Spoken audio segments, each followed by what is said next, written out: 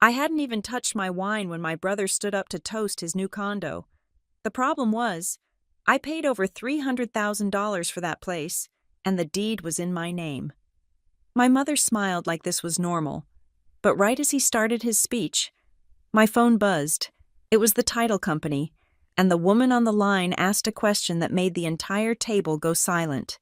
My name is Faith Stewart, and up until 20 minutes ago, I thought I was simply attending a celebratory dinner. I am 33 years old, and for the first time in my life, I felt like I had finally planted my feet on solid ground. I had just closed on a beautiful condo in the south end of Charlotte, a place with exposed brick, tall windows, and a view of the city skyline that reminded me I had made it. I had spent the last decade climbing the corporate ladder in risk management, saving every spare dollar, driving a car that was 10 years old, and eating packed lunches while my peers went out, all so I could sign my name on that deed. The dinner table at my mother's house was set with her good china, the plates with the gold rims that only came out for Christmas or significant life events. My father, Roy, was carving the roast chicken with the intense concentration of a surgeon, mostly to avoid making eye contact with anyone. My mother, Linda, was beaming, her face flushed with a mixture of wine and performative maternal pride. Across from me sat my older brother, Graham, and his new girlfriend, Kylie, a girl who looked sweet but seemed perpetually confused by the dynamics of our family. I had barely lifted my fork to take a bite of the green beans when Graham cleared his throat. It was a sound I knew well. It was the sound of a curtain rising. It was the sound of a show about to begin. Graham stood up, holding his wineglass by the stem, swirling the cheap Merlot my mother had poured as if it were a vintage Bordeaux. He smiled at the table, that dazzling, charming smile that had gotten him out of speeding tickets and into loans he never intended to pay back. "I would like to propose a toast," Graham said, his voice smooth, projecting to the back of the room. "To new beginnings, and to the new condo, it is a huge step for the family," I smiled, raising my glass. "Thanks, Graham. I really appreciate that." Graham's smile didn't waver, but his eyes shifted. He wasn't looking at me. He was looking at Kylie, then at Mom. "Oh, Faith, you don't need to thank me. I'm just glad we could make this work. I know it is a lot of paperwork for you to handle, but once my credit score is back up to 700, we will get your name off the title and put mine on. Just like we planned." The glass stopped halfway to my mouth. The room seemed to tilt on its axis. The air conditioner hummed in the background, a low drone that suddenly felt deafening. I looked at my brother. He wasn't joking. He looked entirely serious. Benevolent even, as if he were the one doing me the favor. "Excuse me," I said, my voice quiet. "The condo," Graham said, taking a sip of his wine. "I was telling Kylie how great you have been about this whole thing. Not every sister would leverage her credit history to help her brother get a property.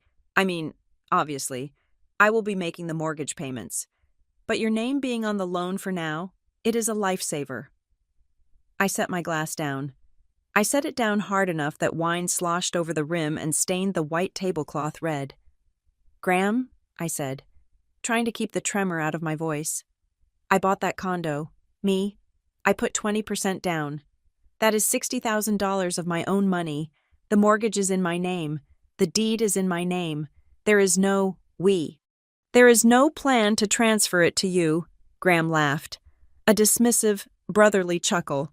He reached over and patted my hand, which was clenched into a fist on the table. "Faith, come on.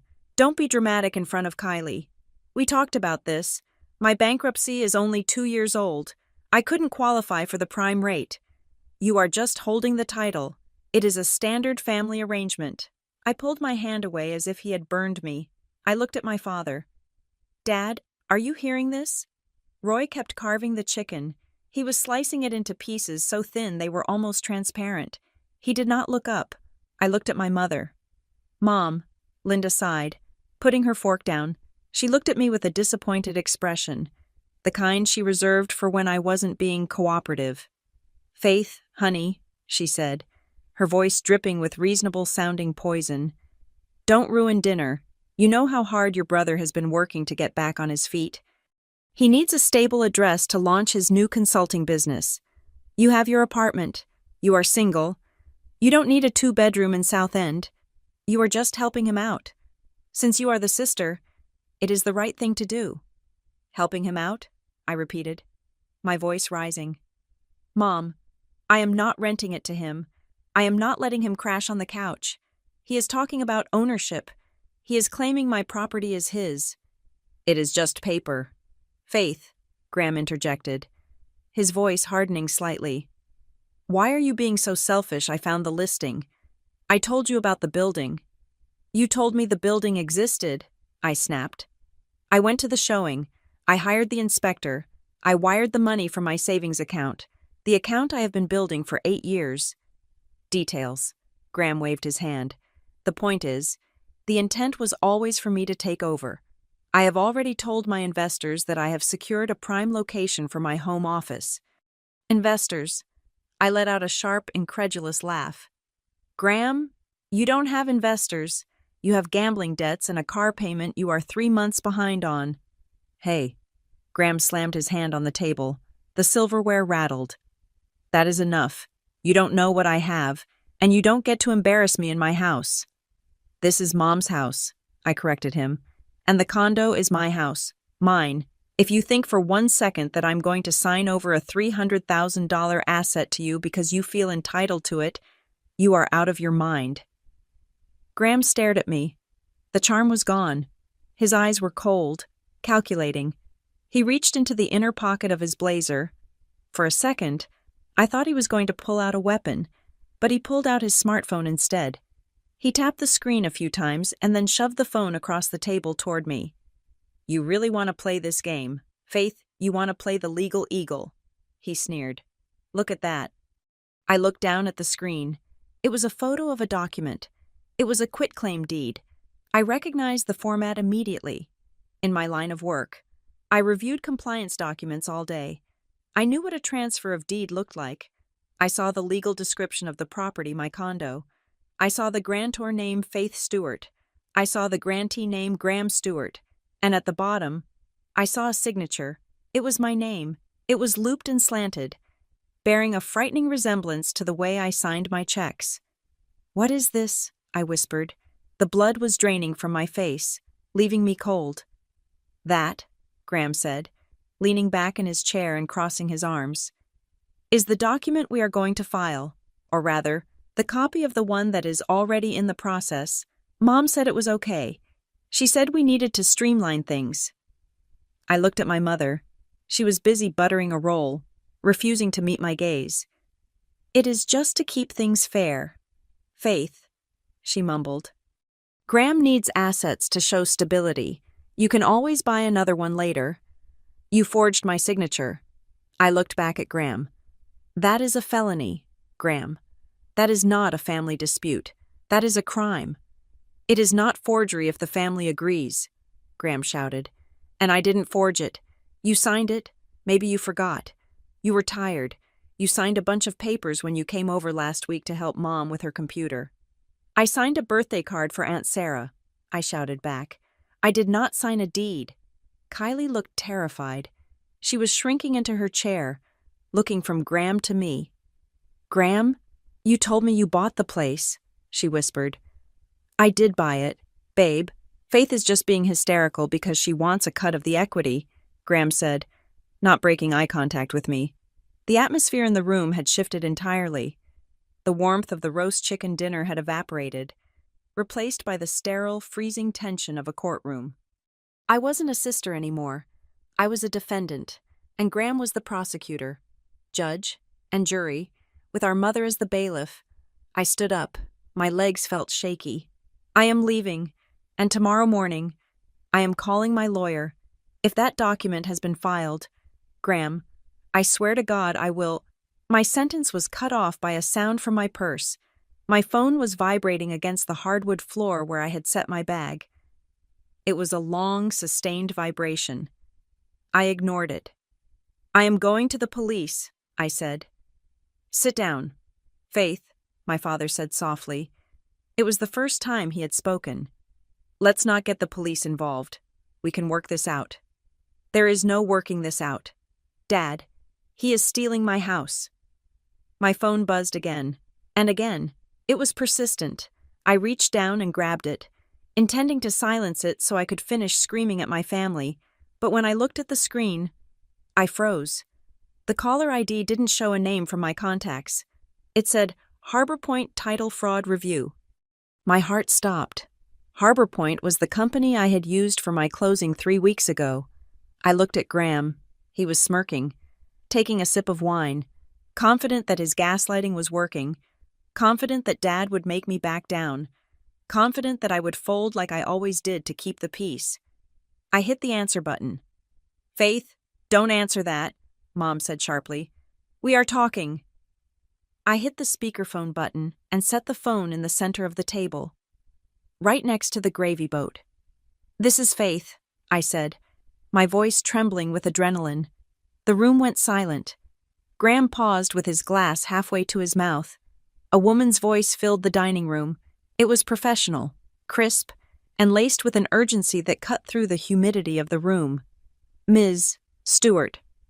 This is Sarah Jenkins from the Fraud Division at Harbor Point Title. I am so sorry to interrupt your evening, but we have a critical situation regarding your property at the South End address. I stared at Graham. His smirk faltered. I am listening, I said. Ms. Stewart, the woman continued.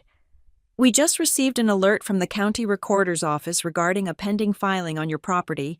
We flagged it immediately because the notary stamp used on the document belongs to a commission that was revoked 6 months ago. Graham's face went white.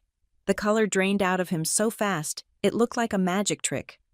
A revoked notary, I repeated, keeping my eyes locked on my brother. Yes, ma'am, the woman on the phone said. But that is not the only issue. We are looking at a quitclaim deed attempt. Ms. Stewart, I need to ask you a very serious question, and I need you to answer clearly.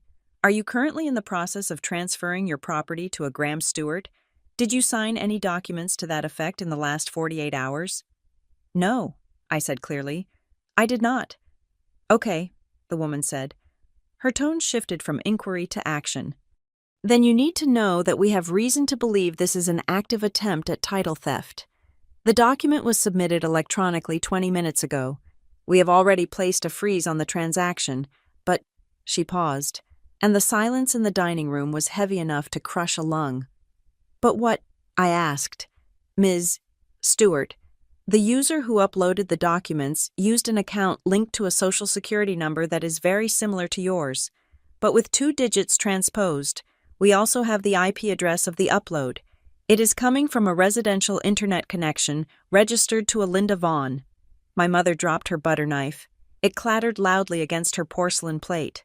The woman on the phone delivered the final blow. We are preparing to hand this file over to the State Financial Crimes Unit. If this was not you, Ms. Stewart, we are looking at a felony fraud case involving immediate family members. Do you want us to proceed with the police report? I looked at Graham. He wasn't moving. He wasn't drinking his wine. He looked like a man who had just realized the floor he was standing on was made of glass, and it was beginning to crack. To understand why my brother sat across from me at that dinner table with the absolute conviction that he was entitled to my property, you cannot just look at the events of the last 3 weeks. You have to look at the last 30 years. You have to go back to a split-level house in Greenville, South Carolina, where the family mythology was written in permanent ink before I was even old enough to read it. In the Stewart household, Graham was not just a child. He was an event. He was the firstborn, the son, the carrier of the name. He was charismatic in a way that felt chemical. When he walked into a room, the energy shifted toward him like water draining toward a low point. He was the pitcher on the varsity baseball team who could throw a fastball at 80 miles per hour, but could not remember to take out the trash. He was the boy who smiled his way out of detention and charmed the neighbors into forgiving him when he drove his dirt bike through their flower beds. I was different. I was Faith. The name itself felt like a command to just believe in the process and stay quiet. I was the child who was fine. That was the label that stuck to me like a price tag on a clearance item. Faith is fine. Faith is steady. Faith can handle it. While Graham was the star of the show, I was the stagehand who made sure the props were in the right place. I remember being 16 years old, sitting at the kitchen table late at night, filling out my own permission slips and forging my mother's signature because she was too busy helping Graham edit his college application essay for the 4th time. It wasn't that she didn't love me, I knew she did. But her love for me was a passive thing, a warm background radiation. Her love for Graham was an active, consuming fire that required constant fuel. My mother, Linda, had a phrase she used whenever I pointed out the disparity.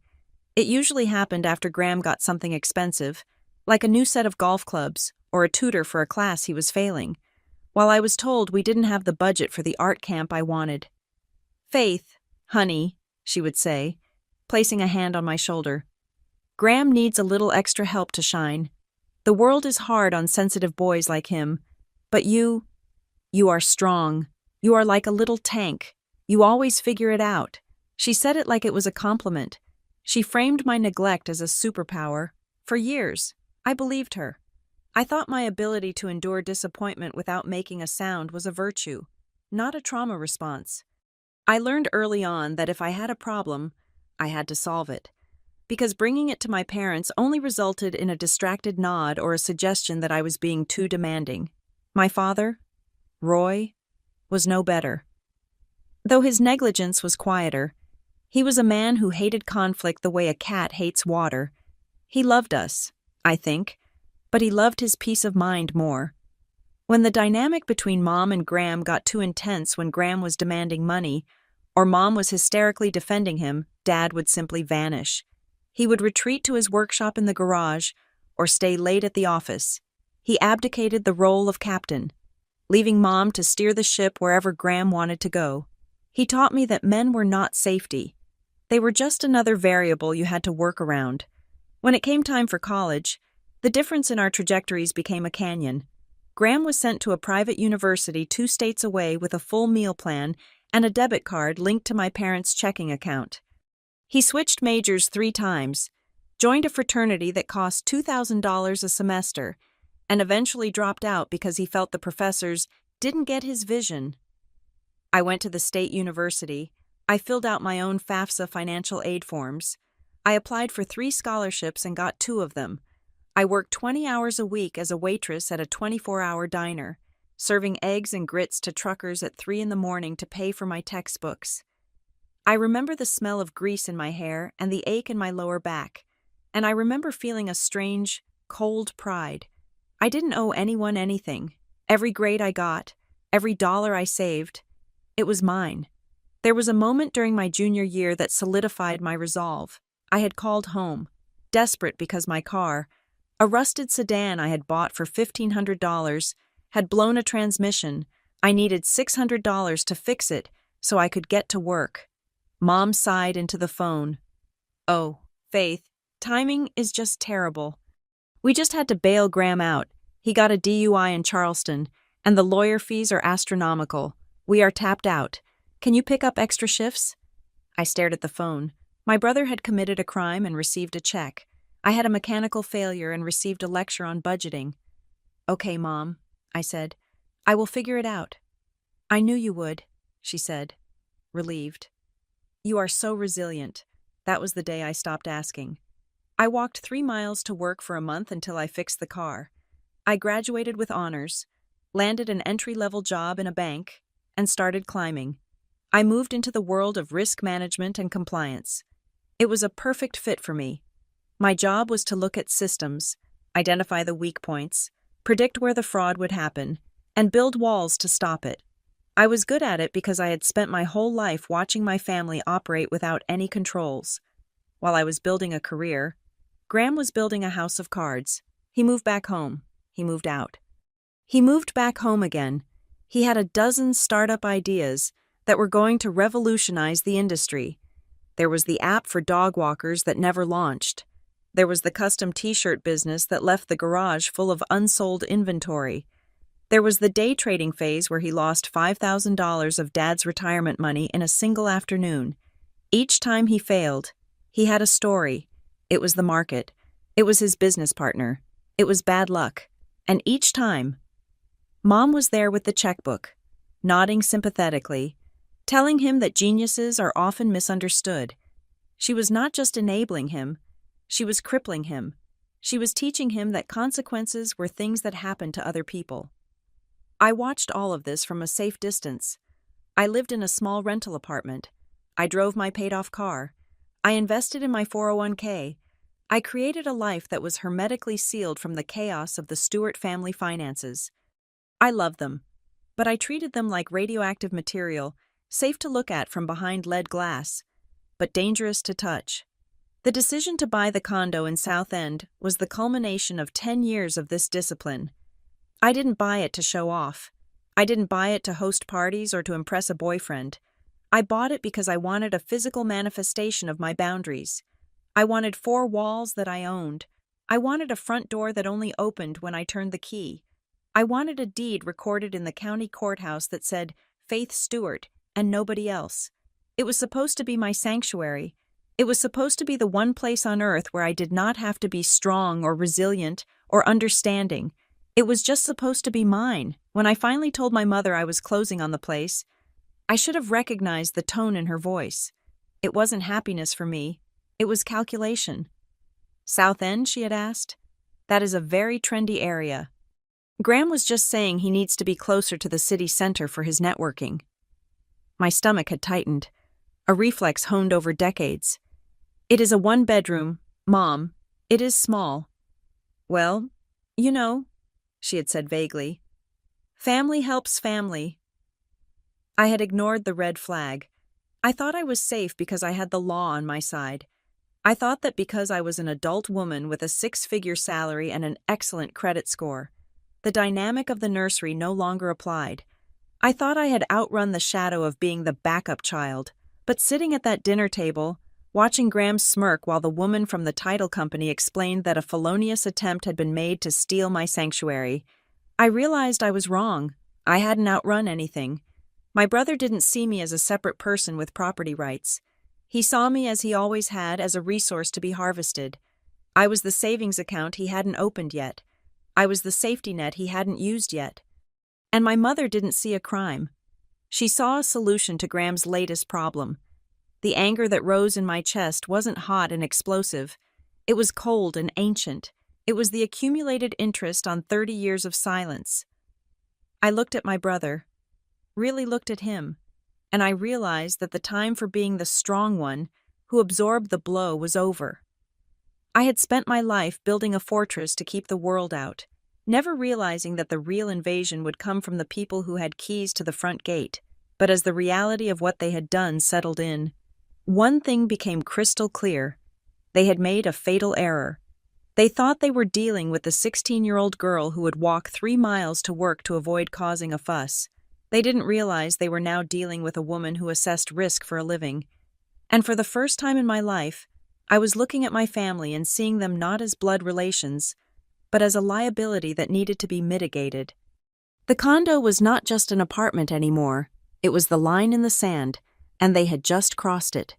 The closing disclosure is a beautiful document if you know how to read it. To most people, it is just a wall of numbers and legal jargon, a final hurdle before they get the keys to their new life. To me, it was a map. It showed exactly where every penny went, from the origination charges to the government recording fees.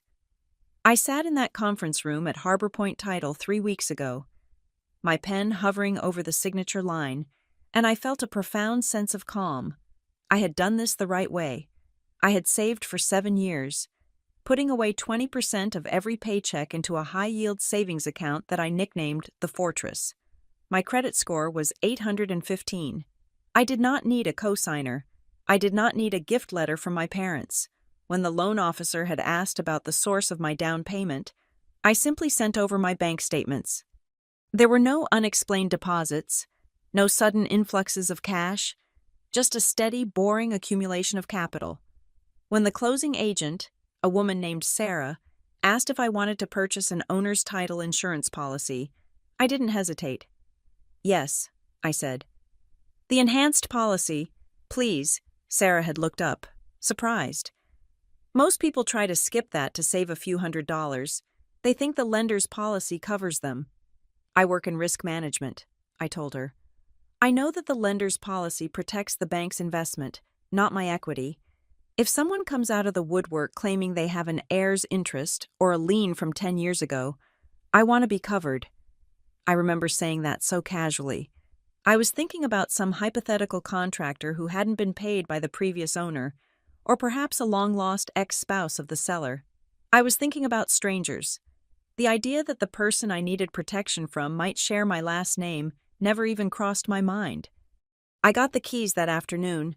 The condo was in the South End, right where the old industrial district was being converted into something livable. It was Unit 402. It wasn't a penthouse, and it wasn't a mansion. It was 900 square feet of white oak floors and exposed ductwork. I spent the first weekend just existing in the space. I didn't buy a lot of furniture. I brought my gray sectional sofa, a standing desk, and 3 large fiddle-leaf fig trees that I had managed to keep alive for 4 years. I set up my workspace in the corner by the floor-to-ceiling window. From there, I could see the Blue Line light rail train gliding past every 15 minutes. It wasn't a quiet view, but it was rhythmic. It was the sound of the city moving, of people going to work. It was the sound of independence. I made a cup of coffee that Sunday morning and stood by the window, looking out at the skyline. I felt a physical lightness in my chest, a decompression I hadn't realized I needed. This was mine. If I wanted to paint the walls black, I could. If I wanted to sit in silence for 12 hours, nobody would barge in asking for a loan. I made a specific choice not to post about it.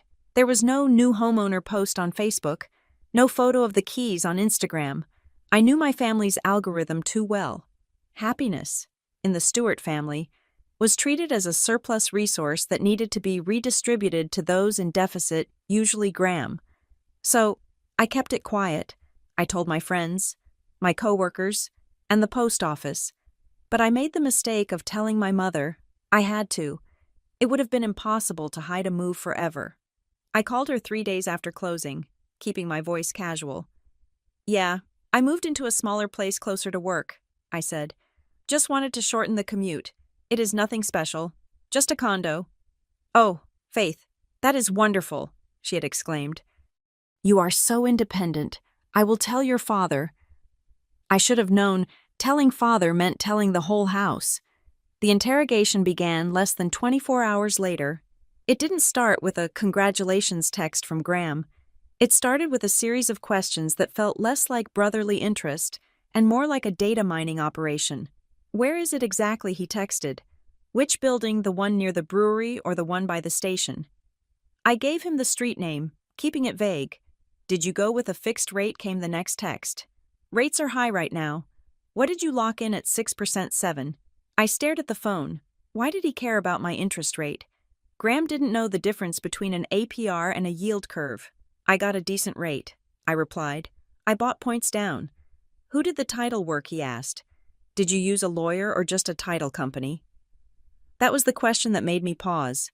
It was too specific. Most people ask about the square footage or if there is a pool. Graham was asking about the back-end logistics, Harbor Point. I texted back, feeling a prickle of irritation. "Why just curious?" He wrote, "I am learning about real estate, thinking about getting my license." I rolled my eyes and put the phone down. Graham getting a real estate license was about as likely as me becoming an astronaut. It was just another one of his phases. Then came the phone call from Linda. "Faith, honey," she started, her voice dropping to that conspiratorial whisper she used when she was about to ask for something unreasonable. "I was talking to Graham. He is going through such a rough patch with his apartment complex. The management is awful, and the rent is just eating him alive." I tightened my grip on the phone. "That is too bad. Mom." "Well, I was thinking," she continued, picking up speed. "You have that new place. It is 2 bedrooms, right?" "1 bedroom," I lied. It was technically a 1-bedroom with a den, but I wasn't going to give her an inch. "Oh, well, even so, the living room is probably spacious. Graham is so tidy. Maybe he could just stay there for a few months. Just until he gets his credit score up. He could pay you a little something. It would help you with the mortgage. No, I said. The word was immediate and hard. Mom, I am 33 years old. I am not having a roommate, especially not Graham. He is your brother, she said, her tone shifting to offense. You have plenty of space. You are just being rigid. I am not being rigid. I am being an adult living in her own home. Graham needs to figure out his own lease. He is trying to rebuild, she cried. Why can't you ever just be on the team? I hung up. I was shaking, not with sadness, but with rage. The entitlement was suffocating. After that call, Graham's approach changed. The texts became a bizarre mix of aggression and victimhood. Mom said you said no. He texted at 2 a.m. That is fine. I don't need your charity. I am working on a big project anyway. Then, 6 hours later. Must be nice to have perfect credit. Some of us actually take risks in life. You just play it safe, and then I am happy for you. Really, enjoy the ivory tower. I ignored them. I told myself it was just noise. I told myself they were just jealous and that they would get over it. I was a compliance officer. I dealt with tangible threats, with red flags I could see on a spreadsheet. I didn't think to look for threats in the emotional outbursts of my insolvent brother. I underestimated how desperate he was, and how much my mother wanted to fix him. I thought the worst they could do was ruin my mood. I didn't think they would try to ruin my title. The first real crack in the facade didn't happen at the dinner table. It happened on a Tuesday evening, 3 days before the dinner, when I checked my mail. The condo building had a secure mail room in the lobby, a wall of brushed metal boxes. I unlocked box 402 and pulled out a small stack of envelopes. Most of it was the usual new resident spam coupons for pizza, flyers for internet service, but there was one envelope that stood out. It was from a lending institution I didn't recognize. It looked like standard pre-screened junk mail. The kind that says, "You are pre-approved" in bold letters. I almost threw it in the recycling bin, but my professional instinct kicked in. I always shredded credit offers. You don't just throw them away. I took it upstairs and ripped it open to check the details before shredding it. It was a letter thanking me for my recent inquiry regarding a home equity line of credit. I froze. I stood in my kitchen, the letter trembling in my hand. Dear Faith Stewart, it read, "Thank you for your interest in tapping into the equity of your home at it listed my new address perfectly." But that wasn't possible. I hadn't inquired about a HELOC. I had owned the place for less than 3 weeks. I barely had any equity to tap into, other than my down payment. I scanned the letter, my eyes narrowing. Usually, these are just solicitations, but the wording was specific. Thank you for your inquiry. That implied an action. That implied someone had filled out a form. Then I saw the contact information at the bottom. Please call us to finalize your application. It said, we have attempted to reach you at the number provided 704-555-0198. I stared at the number. My area code was 704, but my number ended in 4322. The number on the paper, 555-0198, was not mine. It wasn't a random number, either. It looked familiar. I pulled out my phone and typed the number into the keypad, but I didn't hit dial. I just stared at it, trying to place it. It wasn't Graham's current number. It wasn't Mom's. Then I remembered. It was a Google Voice number. I remembered because Graham had used a similar setup years ago when he was dodging debt collectors. He would cycle through burner numbers to screen calls. A cold feeling washed over me. Starting at the back of my neck, why would a lender have an inquiry from Faith Stewart attached to a phone number that wasn't mine? I looked at the date on the letter. It was dated 4 days ago. 4 days ago was right after I had given Graham the name of the title company, right after he had asked about my interest rate. My mind raced. To apply for a HELOC, you need more than just a name and address. You need a social security number. You need income information. I sat down on my gray sectional, the one I had bought to celebrate my independence. The view of the city suddenly looked different. The glass didn't feel like a window to the world anymore. It felt like the wall of a fishbowl. No, I thought, he wouldn't. He was lazy. He was entitled. He was a narcissist. But fraud identity theft, that was a felony. That was prison time. Graham was too cowardly for prison, but the number on the page didn't lie. Someone was using my name to ask questions about my equity. I didn't call the police right then. I didn't call the lender. I did what I always did. I gathered data. I put the letter in a file folder. I logged into my credit monitoring service. I started watching. I thought I was preparing for a confrontation about a credit inquiry. I thought I was going to catch him trying to open a credit card in my name. I had no idea that the credit inquiry was just the tip of the iceberg. I had no idea that while I was worrying about a loan, he was already working on taking the whole house. I looked at the sold date on my calendar. It had been the proudest day of my life. Now, looking at that letter, I realized it was just the day the target had been painted on my back. The week leading up to the dinner wasn't silent. It was filled with a low-frequency hum of desperation that only someone who grew up in the Stewart household would recognize. It was the sound of Graham running out of runway. I didn't need a private investigator to know that my brother was drowning. I could see the signs in the periphery of my life. I saw his car, a flashy leased sedan, parked 3 blocks away from Mom's house when I stopped by for coffee, presumably to hide it from the repossession agents who scan license plates in driveways. I heard the tight, frantic edge in his voice when he answered the phone. The way he would snap, "What?" before realizing it was just me. His credit cards were undoubtedly maxed out, his utilization rate likely hovering near 100%, dragging his score down into the sub-500 range. He needed a lifeline.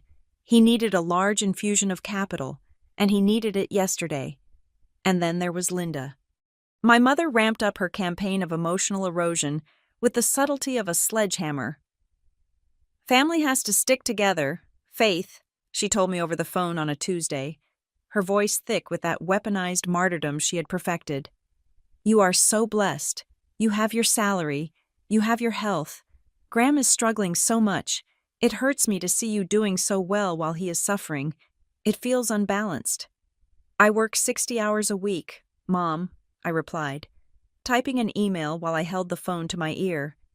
"It is not luck. It is labor."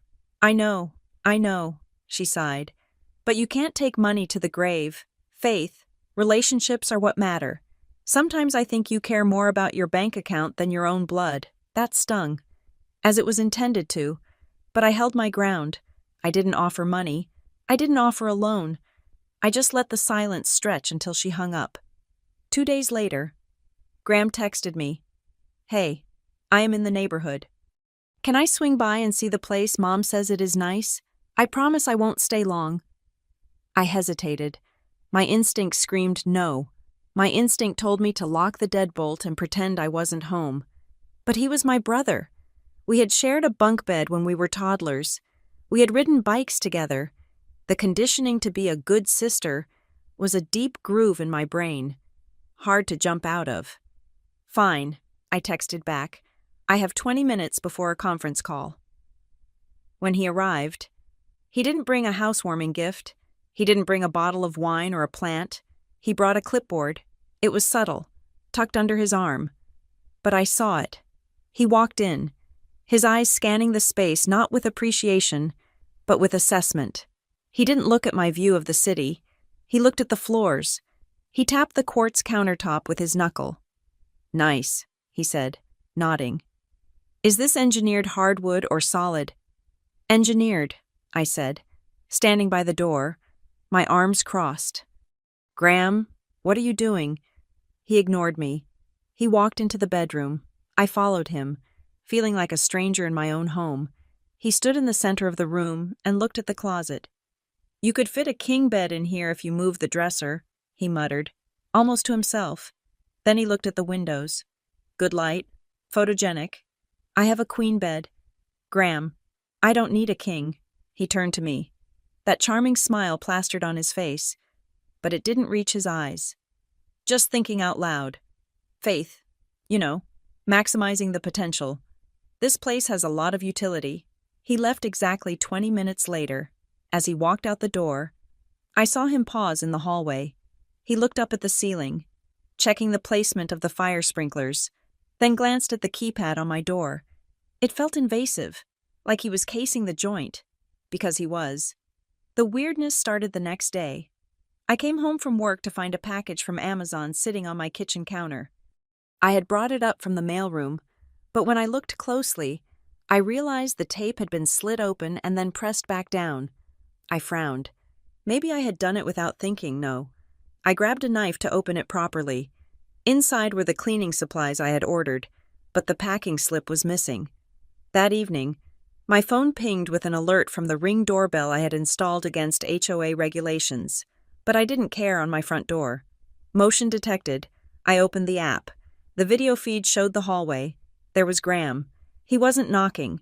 He was just standing there, holding his phone up as if he were taking a picture of my door number. He stood there for a full minute, typing something into his phone, and then walked away toward the elevators.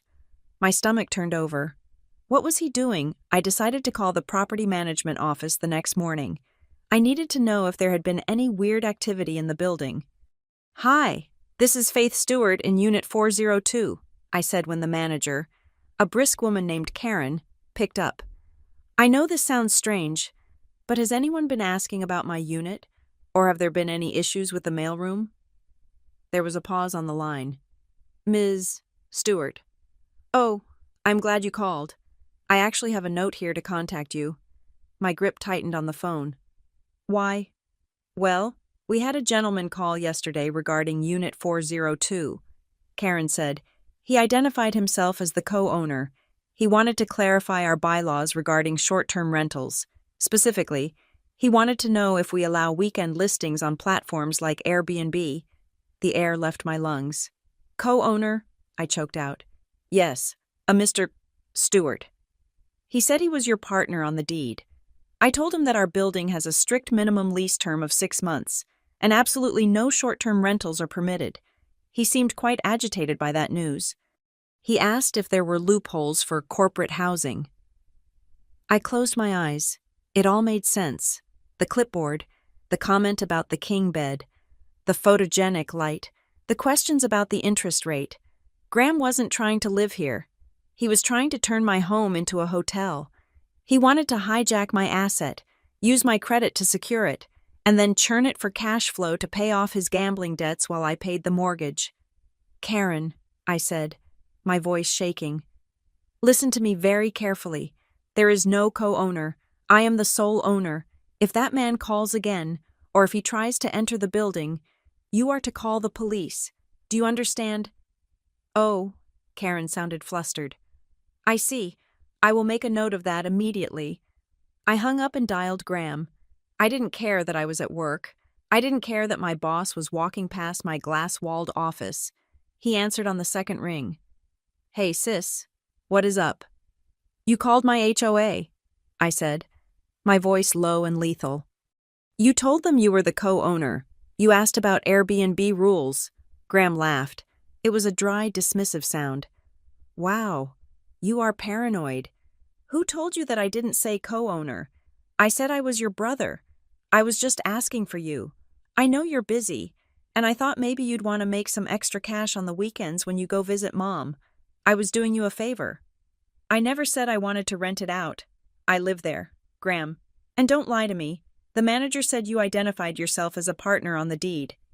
She misheard me, Graham said smoothly. You know how people are. They hear what they want to hear. You really need to relax. Faith, you are so high-strung lately. It is just a question. Why are you acting like I committed a murder? Stay away from my building, I hissed. I saw you on the camera. I was dropping off a letter for you, he countered, but I forgot it in the car. Jesus, Faith, you are impossible to be nice to. He hung up on me. I sat there, staring at my phone, vibrating with frustration. He was gaslighting me. He was rewriting reality in real time, making me sound like the crazy one for reacting to his intrusion. I needed to talk to Mom. Surely she would see this. Surely she would understand that he was crossing a line. I called Linda that evening. I was pacing my living room, the city lights blurring through the window. Mom, you have to talk to him, I said, trying to keep the hysteria out of my voice. He is calling my building management. He is pretending to own my apartment. He is trying to set up an Airbnb business in the home I live in. Oh, Faith, Linda sighed. You are blowing this out of proportion. Graham just has an entrepreneurial spirit. He sees potential. He was just trying to help you maximize your investment. It is not an investment property, it is my home. Well, it could be both, Linda said. He has such good ideas. If you just listen to him, you two could really build something together. I don't want to build anything with him. He's a financial disaster. Don't speak about your brother that way, Linda snapped. Then her voice softened, becoming hesitant. Look, Faith, I know you are protective, but we are just trying to fix things. I signed a few papers to help him get organized, to help him restructure his debts so he can stop worrying and focus on business. I stopped pacing. The room went dead silent. What papers? I asked. Oh, just some financial things, she mumbled. He brought them over. He said he needed a witness for some consolidation loan or something, and maybe something about assets. I didn't read all the fine print. You know I don't understand that legal talk. I just trust him. He is my son. A cold shiver went down my spine. It started at the base of my neck and radiated out to my fingertips. Mom, I whispered. Did you sign anything that had my name on it? I don't recall, she said defensively. There were a lot of pages. He said it was standard family restructuring. Just to show the bank we have combined strength. Combined strength. I hung up the phone without saying goodbye. My hands were shaking so hard I could barely type. I rushed to my laptop and opened the browser. I navigated to the Mecklenburg County Register of Deeds website. I knew the URL by heart. I used it every week for work. I typed in my name, Stewart. Faith. I hit search. Usually, there would just be the deed from my purchase 3 weeks ago. But today, there was a new entry at the top of the list. It wasn't a recorded deed yet. It was in the pending while unverified queue. Document type, quitclaim deed. Grantor Faith Stewart, grantee Graham Stewart, date filed. 2 days ago, I stared at the screen. The pixels seemed to burn into my retinas. My mother hadn't just signed a loan modification. She had likely notarized, or witnessed, or facilitated a document that stripped me of my ownership. She had signed away my home because Graham told her it was standard restructuring. I wasn't just dealing with a greedy brother anymore. I was dealing with a conspiracy. And the terrifying part was, they didn't even think they were stealing. They thought they were just rearranging the family furniture. But I wasn't furniture, and this wasn't their house. I took a screenshot, then I printed it, then I looked at the calendar. Dinner at Mom's house was in 2 days. Okay, I said to the empty room. You want to play legal games? Let's play. I clicked the download button on the county registrar's website, and for a few seconds, the spinning wheel on my laptop screen felt like the only thing moving in the entire world. My breath was shallow, caught somewhere between my throat and my lungs.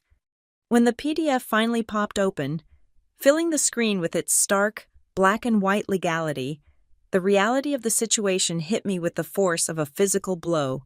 It was a general warranty deed, though the format looked slightly older, perhaps a template downloaded from a free legal website. The heading was bold and authoritative. Grantor Faith Stewart, grantee Graham Stewart.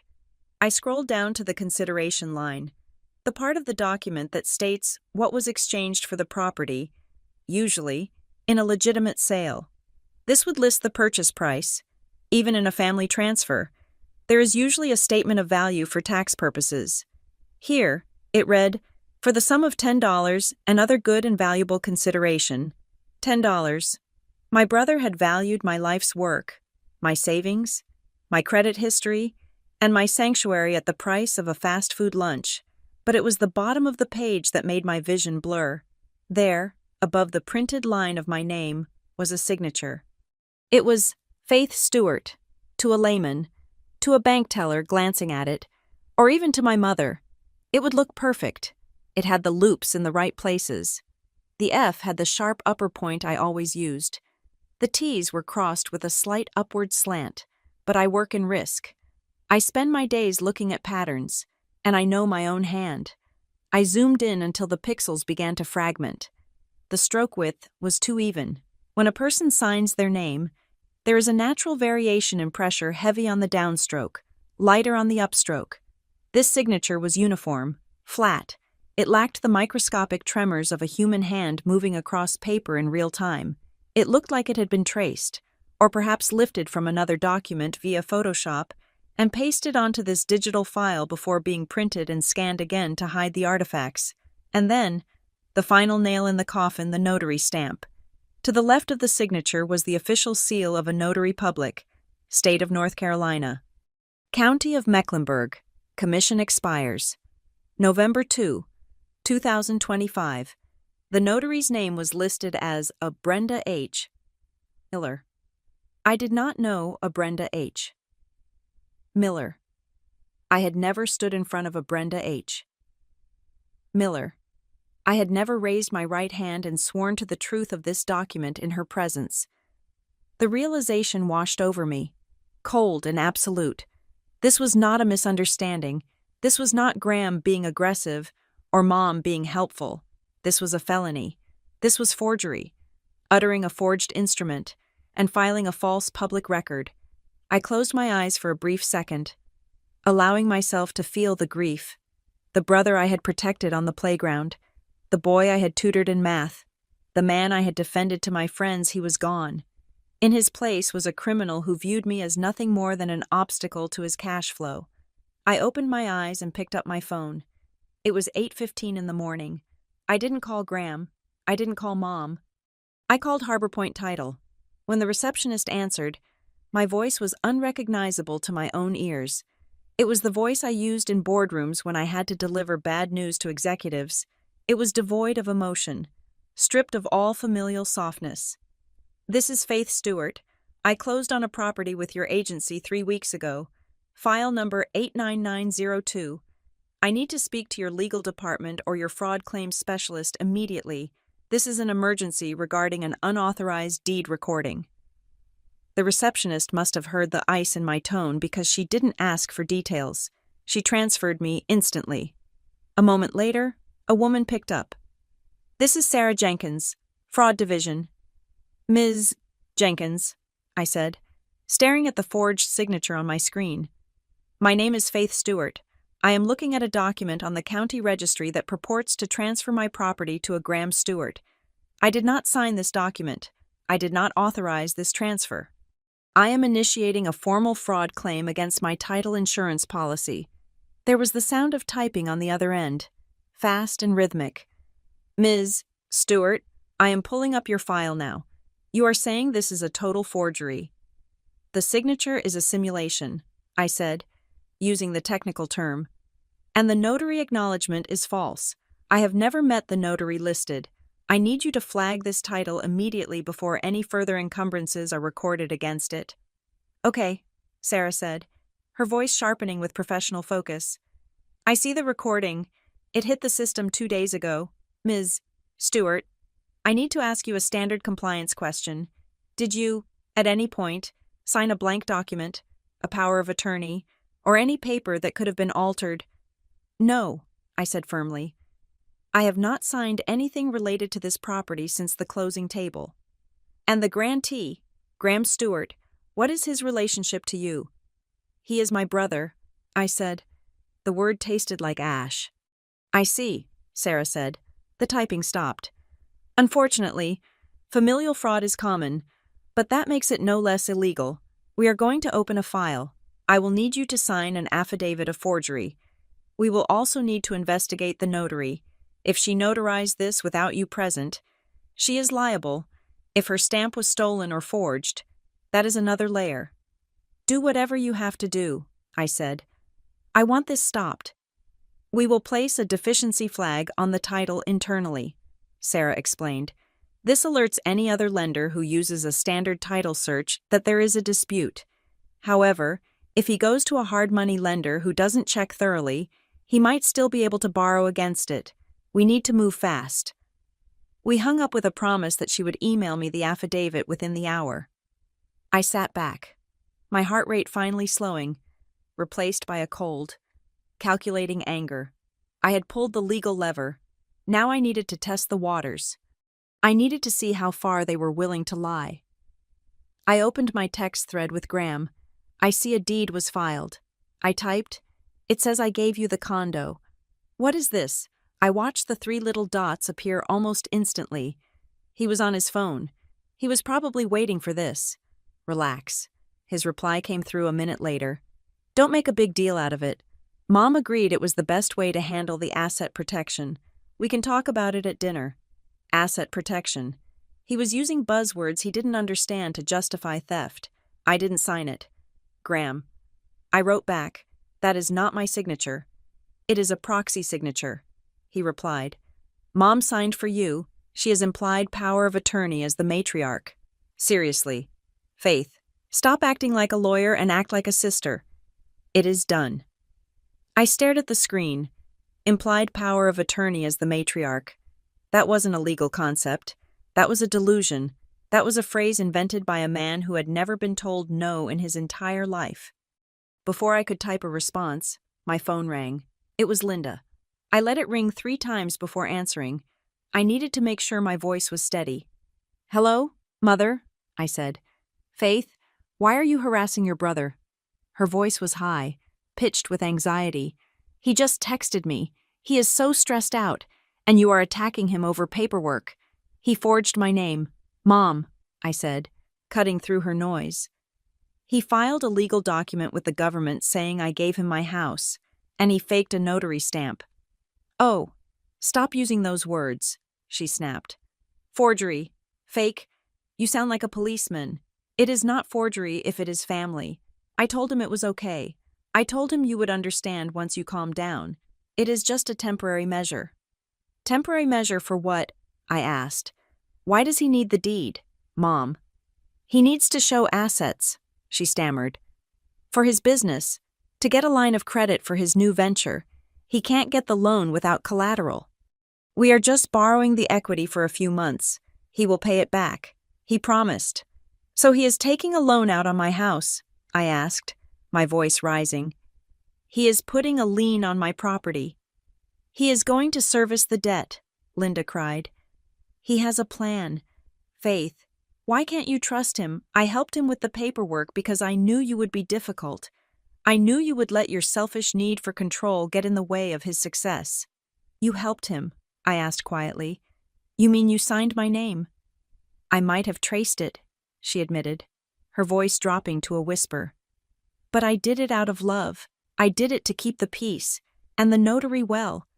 Graham knows a lady. It was just a favor." I felt a wave of nausea. My mother, the woman who taught me to say please and thank you, had traced my signature onto a deed to help her son rob me. She had become his accomplice, and in her twisted mind, she was the hero. She was the peacemaker. I was the villain for noticing. "Mom," I said, and my voice broke. Just for a second. "Do you realize that if he defaults on that loan, the bank takes my home? Do you realize I would be homeless?" "He won't default," she insisted. "He is your brother. He has defaulted on every loan he has ever had." I said, "And you have paid for all of them, but this time, you are paying with my house." "We will discuss this at dinner," she said, her tone turning imperious. "And I expect you to be supportive. Don't embarrass us in front of Kylie. This is a family matter." She hung up. I sat in the silence of my condo. The family matter, echoing in my ears. They had completely isolated me. In their narrative, I was the hysterical, selfish sister standing in the way of Graham's brilliance. They had reinforced each other's delusions until they became impenetrable armor. But armor has weak points, and delusions crumble when they hit hard. Documented facts. My email pinged. It was Sarah from Harbor Point Title. Ms. Stewart. The email read, "We have conducted a preliminary search based on your call. I have urgent news." I clicked the email open. The quitclaim deed was recorded 2 days ago.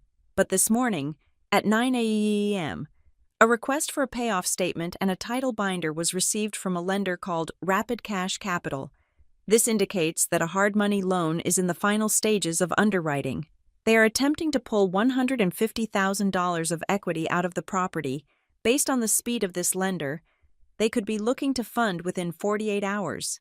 I looked at the clock. It was not even noon. Graham wasn't just showing assets. He was cashing out. He was going to take $150,000, disappear into his business venture, and leave me with a lien that would force me into foreclosure. Sarah's email continued, "We are issuing a notice of fraud to Rapid Cash Capital immediately to stop the funding. However, we need you to formally execute the affidavit. I will call you in 24 hours to confirm the status. But for now, consider the title frozen." I leaned back in my chair. The trap was set. Graham didn't know I had called. He didn't know the title company was involved. He thought I was just texting and complaining. He thought he had Mom's permission, and therefore, he had God's permission. He was walking into that dinner thinking he was the owner of my condo. He had no idea that by the time he raised his glass for a toast, the ground beneath him would already be gone. I saved the email. I printed the affidavit. I looked at the view of the city one more time. "Okay," I whispered. "You want the house. Come and take it." I walked into the glass-walled lobby of Northbridge Risk Solutions at 7:30 the next morning. To the security guard, I was just Faith, the quiet woman who always arrived early, but inside my head, the switch had been flipped. I was no longer the aggrieved sister or the betrayed daughter. I was a senior compliance analyst, and I had a case file to build. My office was cool and silent. The hum of the server room, the only background noise. I sat down at my dual monitor setup and logged in. My job at Northbridge involved detecting synthetic fraud rings and bust-out schemes for mid-sized banks. I spent 40 hours a week looking at documents that were designed to lie. I knew that every forgery, no matter how skilled, left a digital debris field. You just had to know where to look. I opened the PDF of the quitclaim deed again. This time, I didn't look at the names. I looked at the structure. I opened the file in a metadata inspector tool we used for preliminary document verification. The data stripped away the visual image and showed me the bones of the file. The creation date was listed as 3 days ago at 10:45 in the evening. That was interesting. My mother went to bed at 9 sharp. Graham was the night owl. I zoomed in on the text body. The font for the legal description of the property. The part that listed the lot number and coordinates was Times New Roman, size 12. But the font for the grantee section, where Graham's name appeared, was slightly different. It was Times New Roman, but the kerning, the space between the letters, was tighter. I ran a quick image search for free North Carolina quitclaim deed template. The first result was a site called Legal Forms Now. I downloaded their sample. It matched my brother's document perfectly, down to the odd spacing in the footer. He hadn't even paid for a lawyer. He had downloaded a free PDF, filled it out on a computer, and printed it. Then I looked at the signature block. In my line of work, we look for pixelation halos. When you scan a signature from one document and paste it onto another, the compression algorithms often leave a faint gray fuzz around the ink strokes because the resolution doesn't match the background perfectly. I cranked the contrast up on my monitor. There it was, a faint, rectangular ghost box surrounding the word faith. My mother hadn't traced it, as she claimed, or maybe she had traced it, and then Graham had scanned it to make it look cleaner. Either way, it was a digital manipulation. It was a cut-and-paste job. I turned my attention to the notary. Brenda H. Miller. I logged into the North Carolina Secretary of State's Notary Public Search database. It is a public record, accessible to anyone, but most people don't know it exists. I typed in her name. Her commission status came up active, but I wasn't satisfied with that. I switched tabs to a subscription-based background check service Northbridge provided for due diligence. I typed in Brenda H. Miller and filtered for professional licenses. There were 2 red flags on her record. 3 years ago, a complaint had been filed against her for notarizing a vehicle title without the seller present. The complaint was settled, but the note remained caution advised regarding remote verification. I pulled up her business address. It wasn't an office. It was a residential address in a subdivision about 10 miles from my mother's house, a mobile notary. the kind who charges $50 to meet you at a Starbucks, or in this case, a dining room table. I created a timeline on my whiteboard, uncapping a red marker. Tuesday, October 14th, 10:45 p.m. Deed created on a computer. Metadata. Wednesday, October 15th, 9:00 a.m. Graham texts asking for title company info. 2:00 p.m. Faith Stewart's signature notarized by Brenda H. Miller. According to the stamp, 4:30 p.m. document electronically recorded with the county. I stared at the Wednesday, 2:00 p.m. slot. If I was going to prove fraud, I couldn't just say, I didn't do it. I had to prove I couldn't have done it. I needed an alibi that was ironclad. I logged into Northbridge's internal security system. We have strict badge-in, badge-out protocols because we handle sensitive financial data. I pulled my access logs for Wednesday, October 15th, 07:45 a.m. Badge in, main lobby, 12:15 p.m. Badge out, cafeteria, 12:45. Badge. In, turnstile, B, 06:30 p.m. Badge out, parking garage, at 2:05 p.m. The exact moment Brenda H. Miller claimed I was standing in front of her swearing to the truth of that deed. I was sitting in a risk assessment meeting in conference room B. I went a step further. I pulled the IP address logs from my workstation. My computer was active, sending emails and accessing the server, from 1 o'clock until 5 o'clock without a break. I printed the logs. I printed the badge report. I stapled them together. This was my shield. Physics was on my side. I could not be in two places at once, and unlike my brother, I had a corporate security system to vouch for me. But one question still nagged at me. The ID. To get a document notarized, even by a shady notary, you generally need to present a government-issued ID. If my mother had posed as me, she looks nothing like me. She is 60 years old with blonde hair. I am 33 with dark brunette hair. Even a negligent notary wouldn't mistake Linda for Faith. Unless they didn't use a physical person, unless they used a copy. I closed my eyes, letting my mind drift back through the last 6 months of interactions with Graham. He was always asking for things, money, rides, introductions. Then it hit me.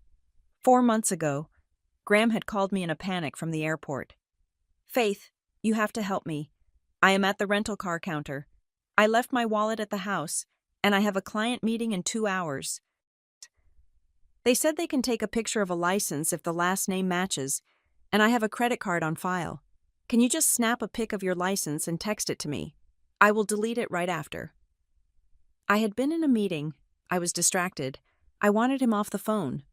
Fine, I had said, but delete it. I had pulled my license out, snapped a photo of the front and back, and texted it to him. I opened my phone and scrolled back through our media history. It took a long time because Graham sent so many memes and GIFs to deflect from his failures. But there it was. 4 months ago. An image of my North Carolina driver's license. He hadn't deleted it. He likely printed a color copy. Or perhaps he just showed the digital image to the notary and gave her a sob story about, my sister is in the hospital, but here is her ID. She signed it already. If the notary was Brenda H. Miller, who already had a history of bending the rules, a $50 bill and a charming smile from Graham might have been enough to make her look the other way. I felt a cold burn in my stomach. He had harvested my identity months ago. He had just been waiting for an asset worth stealing. I turned back to the financial aspect, the rapid cash capital inquiry. I used my industry tools to look up the lender. They weren't a bank. They were a hard money lender, the kind that advertises no credit check and asset-based lending on late-night television. Their interest rates were likely in the double digits. They didn't care about the borrower's income. They only cared about the collateral. If the borrower defaulted, they would foreclose immediately. Graham wasn't trying to refinance to get a better rate. He was treating my condo like a giant ATM card. He was going to pull out every cent of equity, my down payment, the appreciation, everything, and walk away. When the payments became too much, which they inevitably would, He would just stop paying. Rapid Cash would take the condo. I would be left with nothing but a ruined credit score and a homeless existence. He wasn't borrowing the house. He was liquidating it. My phone buzzed on the desk. It was Sarah Jenkins from Harbor Point Title. I picked up immediately. "This is Faith." "Ms. Stewart." Sarah's voice was crisp. "I have an update. We have successfully contacted the underwriting department at Rapid Cash. We issued a stop funding notice based on a creditable claim of forgery." "Did they stop it?" I asked. "They have paused it," Sarah corrected. "But they are pushing back. They have a signed deed and a notary acknowledgement. They are saying their client, your brother, has provided a sworn statement that this is a legitimate family transfer. They are threatening to sue for tortious interference if we don't clear the title." "He gave a sworn statement?" I asked, incredulous. "He is doubling down." "He is Sarah said. "And since the deed is already recorded, the burden of proof is heavily on us. We need the affidavit of forgery notarized and returned to us today. And Ms. Stewart, we are going to need to make a formal police report. This can't just be a civil dispute anymore." "I am ready," I said. "I have proof he wasn't with me. I have badge logs showing I was at work when the deed was supposedly signed. I have the metadata showing the document was a template." "That is excellent," Sarah said. "That changes everything. If you have alibi evidence, we can crush the validity of the notary stamp." I looked at the calendar on my wall. Tonight was the dinner where Graham thought he was going to smooth everything over with a toast and a smile. "Sarah," I said, a plan forming in my mind. "I need you to do something for me, something unorthodox." "What is it?" "I am going to see my brother tonight. He thinks he has won. He thinks I am going to roll over to keep the family happy. I need you to call me at exactly 7:15 this evening." "Okay," Sarah said slowly. "To discuss the affidavit." "No," I said. "I want you to call me and verify the fraud status live. I want you to ask me the security questions. I want you to treat it like a formal investigation call, and I want you to tell me exactly what happens next with the police." "You want him to hear it," Sarah realized. "I want him to know that this isn't his sister being difficult," I said, my voice cold.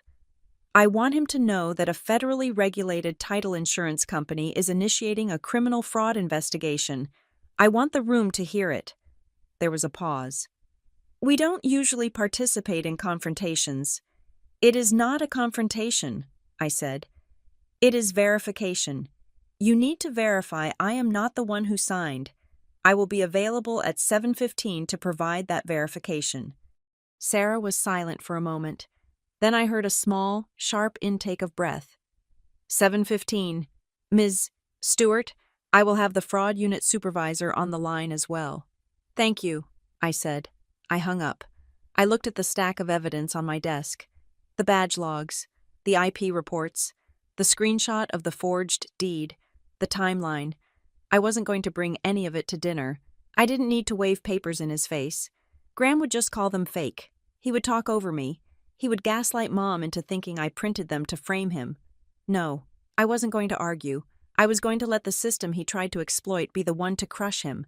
He had used a fake notary and a stolen ID to enter a world of strict compliance and hard consequences. He thought he was playing a game of family politics. He didn't realize he had stepped onto a battlefield where I was the general.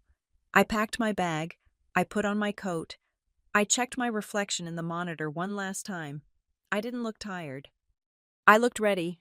It was time to go to dinner. I arrived at my parents' house an hour before the scheduled dinner. I knew Graham would be late.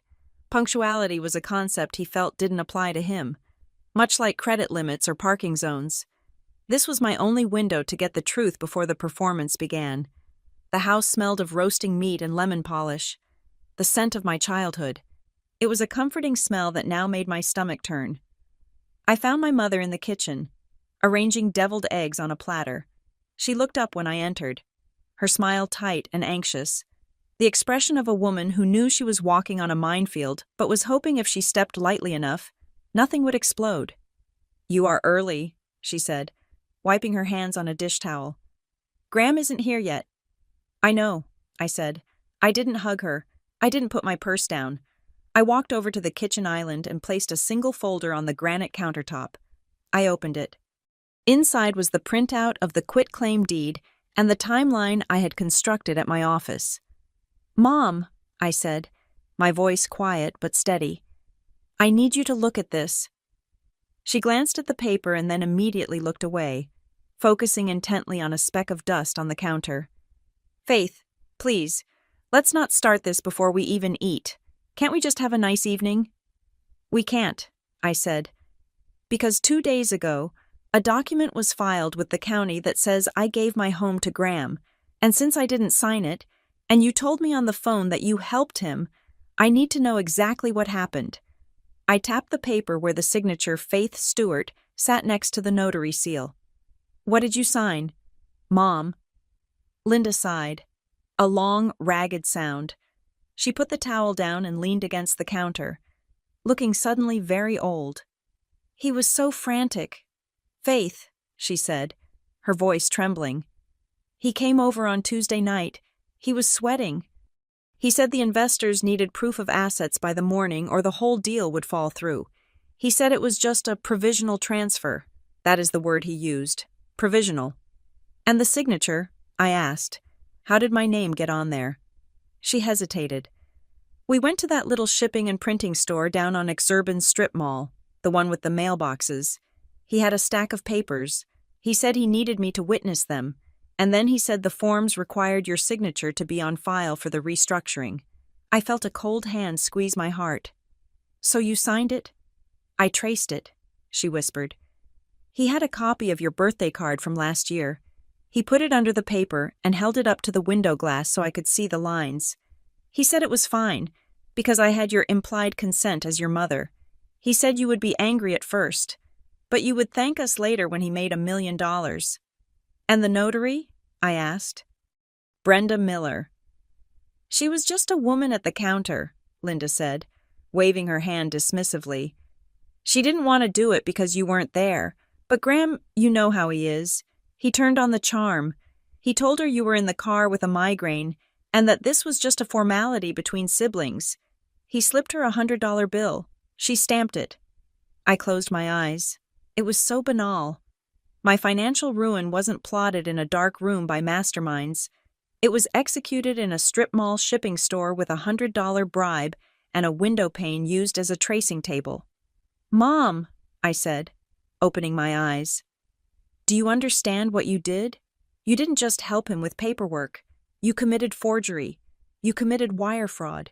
You conspired to falsify public records." "Stop it," she snapped, her eyes flashing with sudden tears. "Stop using those legal words. I am your mother. I was trying to save your brother." "From what?" I asked. "From the consequences of his own life. From drowning," she cried. "He has nothing. Faith, nothing. And you look at you. You have a career. You have savings. You have credit. You are so strong. You have always been the strong one. You can handle a little bump in the road. Graham creates cracks, but you are the concrete. You don't break." There it was. The core wound of my entire life, laid bare in the kitchen light. She didn't hate me. In her own twisted way, she admired me, but her admiration was a cage, because I was capable, I was expendable, because I could survive. I was expected to bleed so Graham could feed. "I am not concrete, Mom," I said, my voice shaking. "I am a person. I am 33 years old, and I am tired.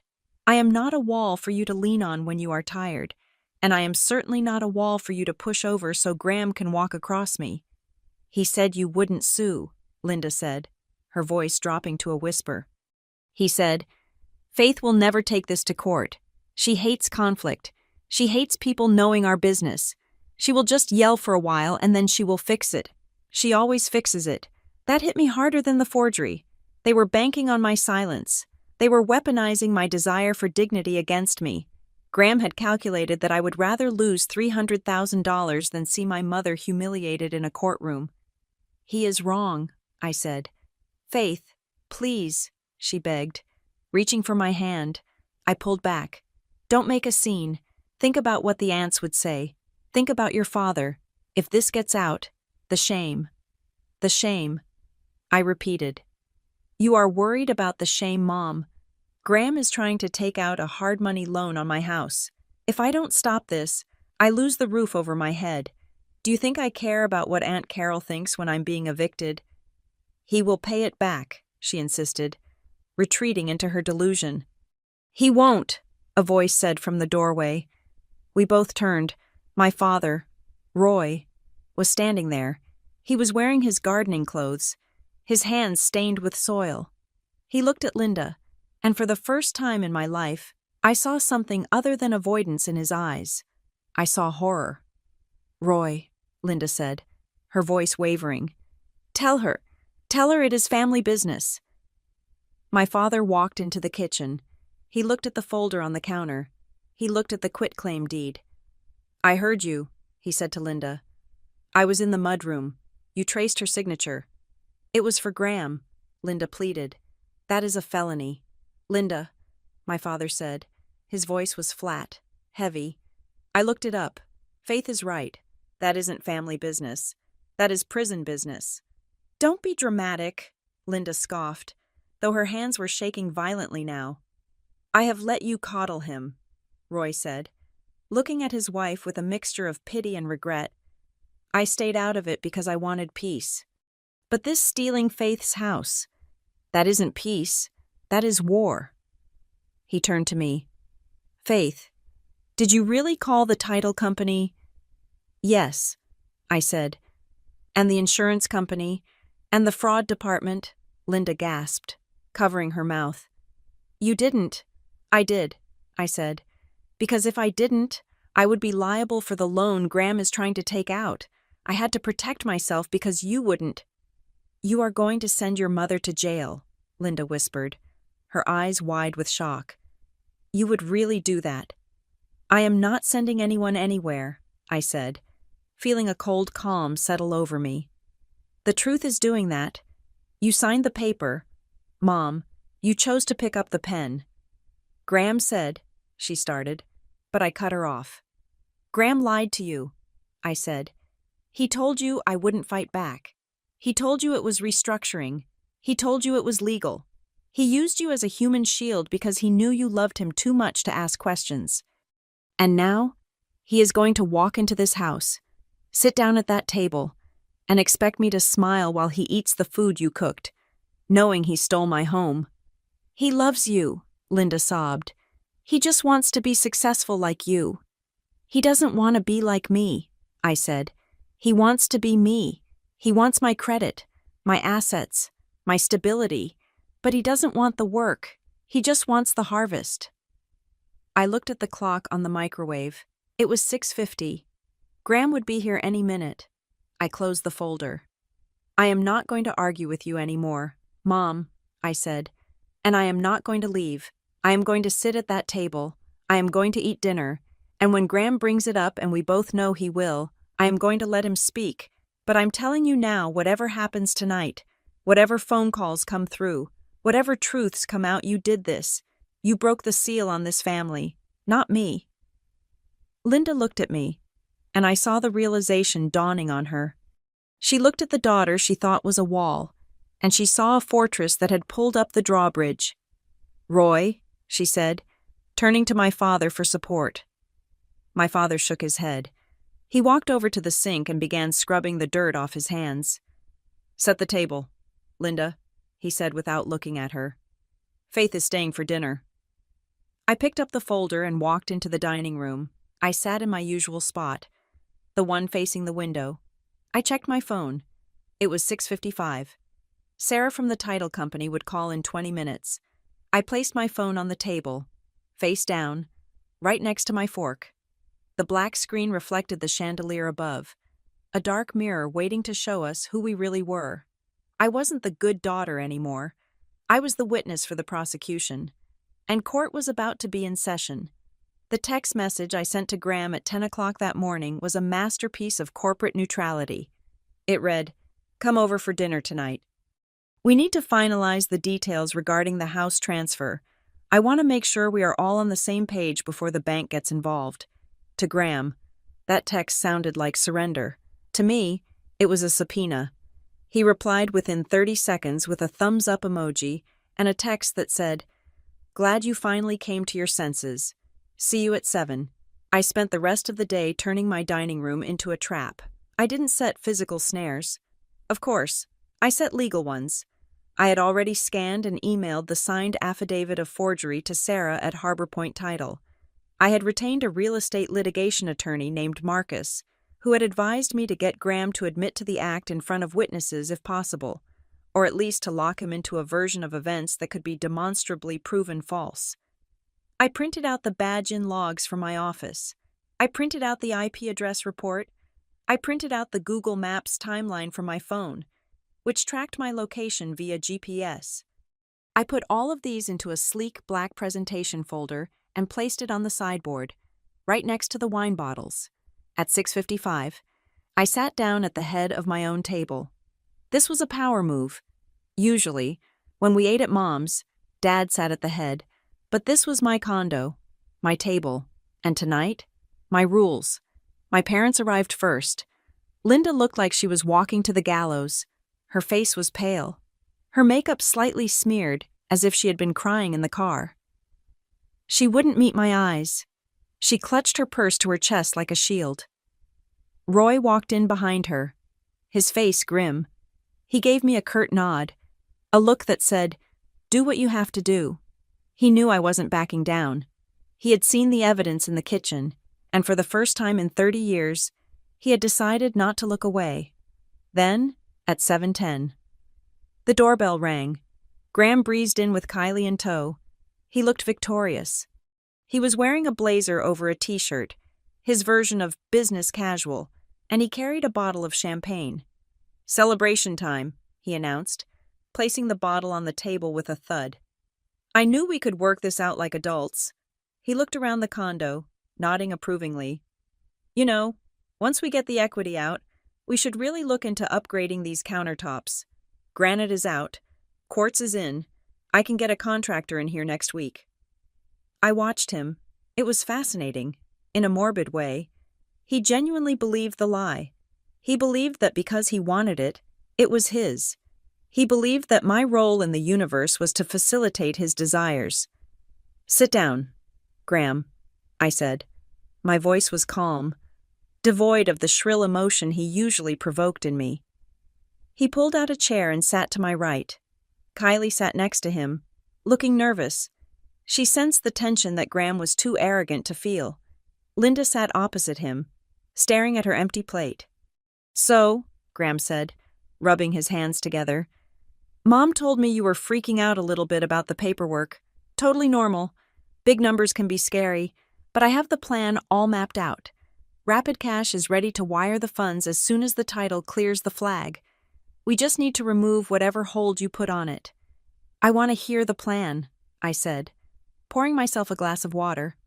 "I want to understand exactly how this happened, just so I'm clear."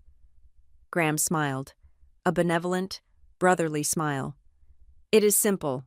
Faith, I take the equity, I fund the consulting firm, I pay off the high-interest debt, and then I service the new loan.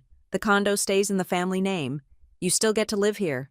Nothing changes for you, except you are helping your brother build an empire."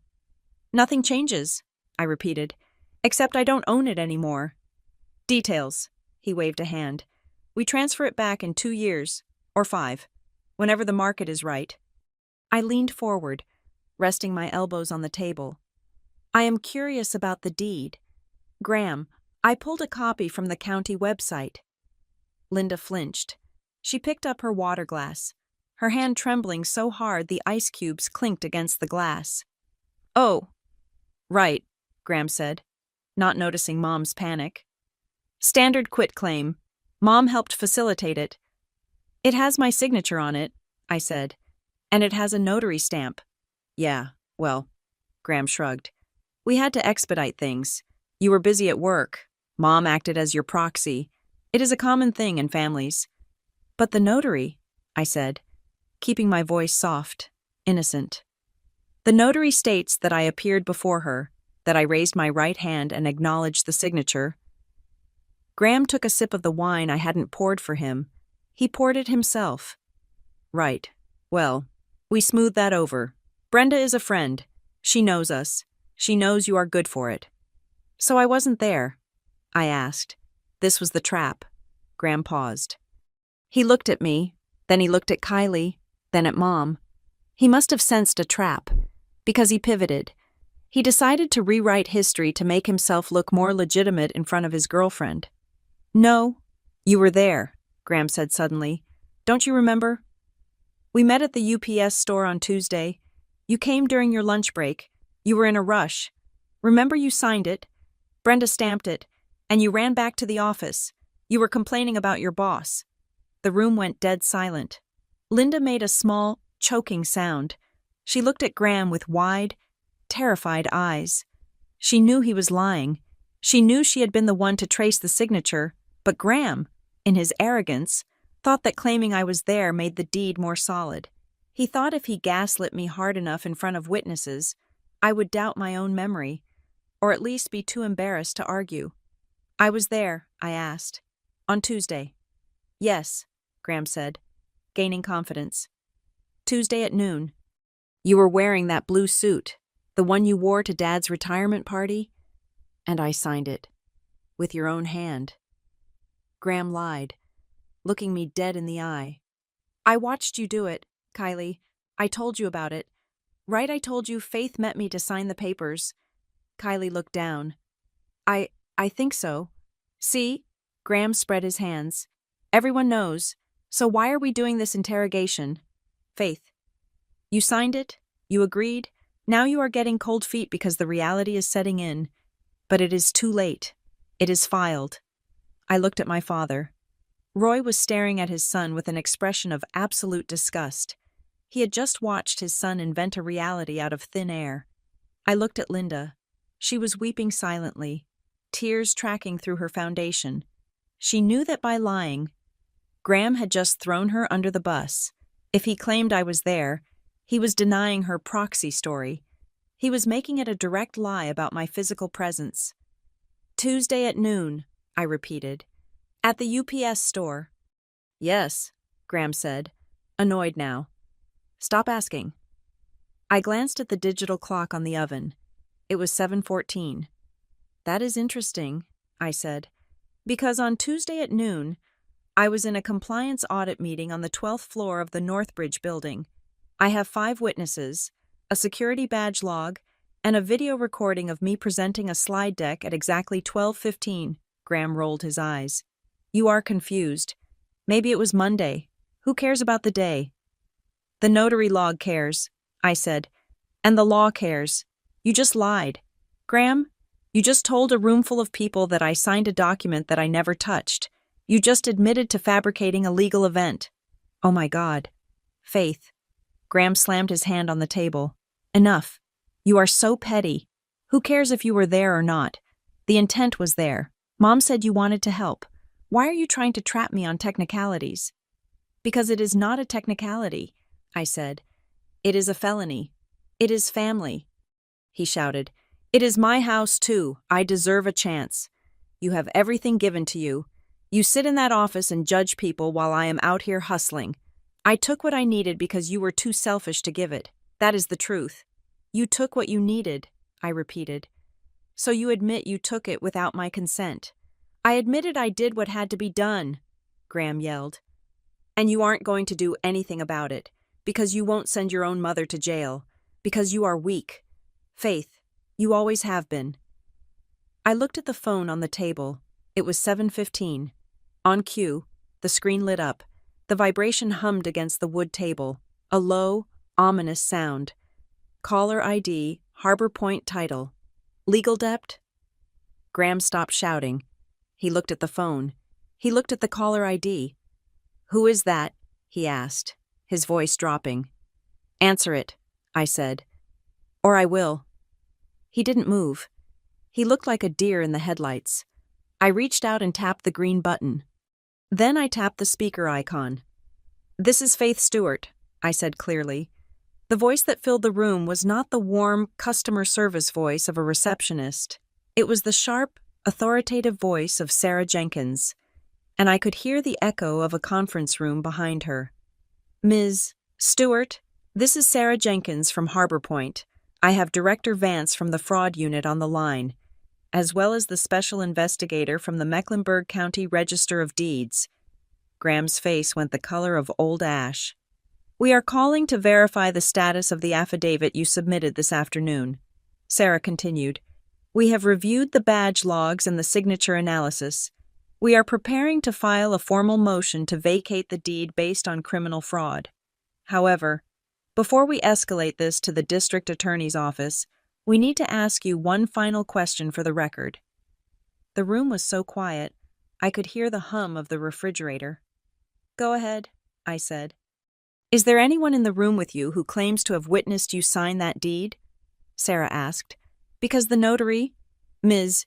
Miller, has just been contacted by law enforcement, and she is currently claiming she was coerced by a male subject to stamp a pre-signed document." Graham made a noise. It was a high, thin sound, like air escaping a balloon. "No," I said, looking straight at my brother. "There is no one here who witnessed that. In fact, the person who filed the deed just admitted, in front of 3 witnesses, that he took what he needed. He admitted to the theft." "Understood," Sarah said. "We are locking the file. The police report number is being generated as we speak. We advise you to secure the premises. Do you feel safe, Ms. Stewart?" I looked at Graham. He wasn't a threat anymore. He was a collapsing star.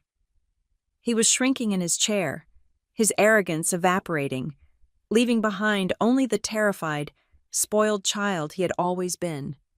"Yes," I said, "I am safe. But I don't think my guests will be staying for dinner." I hung up the phone. The silence that followed was heavy, suffocating, and absolute. It was the sound of a reality crashing down, smashing the delusions of a lifetime into dust. I picked up my fork and looked at my brother. "You said you deserved a chance, Graham," I said softly. "You just got one. You have the chance to leave my house before the police arrive. I suggest you take it." The silence in the dining room following my termination of the call was not the peaceful silence of resolution. It was the vacuum that precedes a shockwave. Graham sat frozen, his hand halfway to his wine glass, his face a mask of pale, sweating disbelief. He looked like a man who had been playing poker with Monopoly money, only to realize his opponent was betting with real bullets. I had hung up the phone to make a point, to let the threat of the police report hang over the table like a guillotine blade. But the universe, it seemed, was not done with Graham Stewart. Before anyone could speak, before Linda could launch into her inevitable weeping defense. My phone buzzed again. It was not a text. It was another call. The screen lit up with the same terrifying identifier, Harbor Point Title Fraud Unit. I didn't pick it up immediately. I let it ring. Once, twice. The sound was loud and jarring in the quiet condo. "You should answer that," I said to Graham, my voice devoid of any warmth. "I think they have more questions for the borrower." "I am not answering your phone," Graham hissed. Though his voice lacked its usual bite, he looked at the device as if it were a bomb. I tapped the speaker button again. "Ms. Stewart." It was Sarah Jenkins again, but this time her voice was joined by a deeper, more resonant male voice on the line. "I have Director Vance here. We need to clarify one specific detail regarding the active lien attempt before we transmit the file to the authorities." "I am here," I said, "and the room is listening." "Ms. Stewart?" The male voice, Director Vance, spoke up. His tone was not customer service. It was pure law enforcement.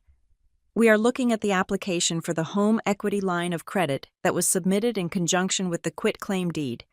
The lender, Rapid Cash, has forwarded us the origination packet." I saw Graham flinch. He knew what was in that packet.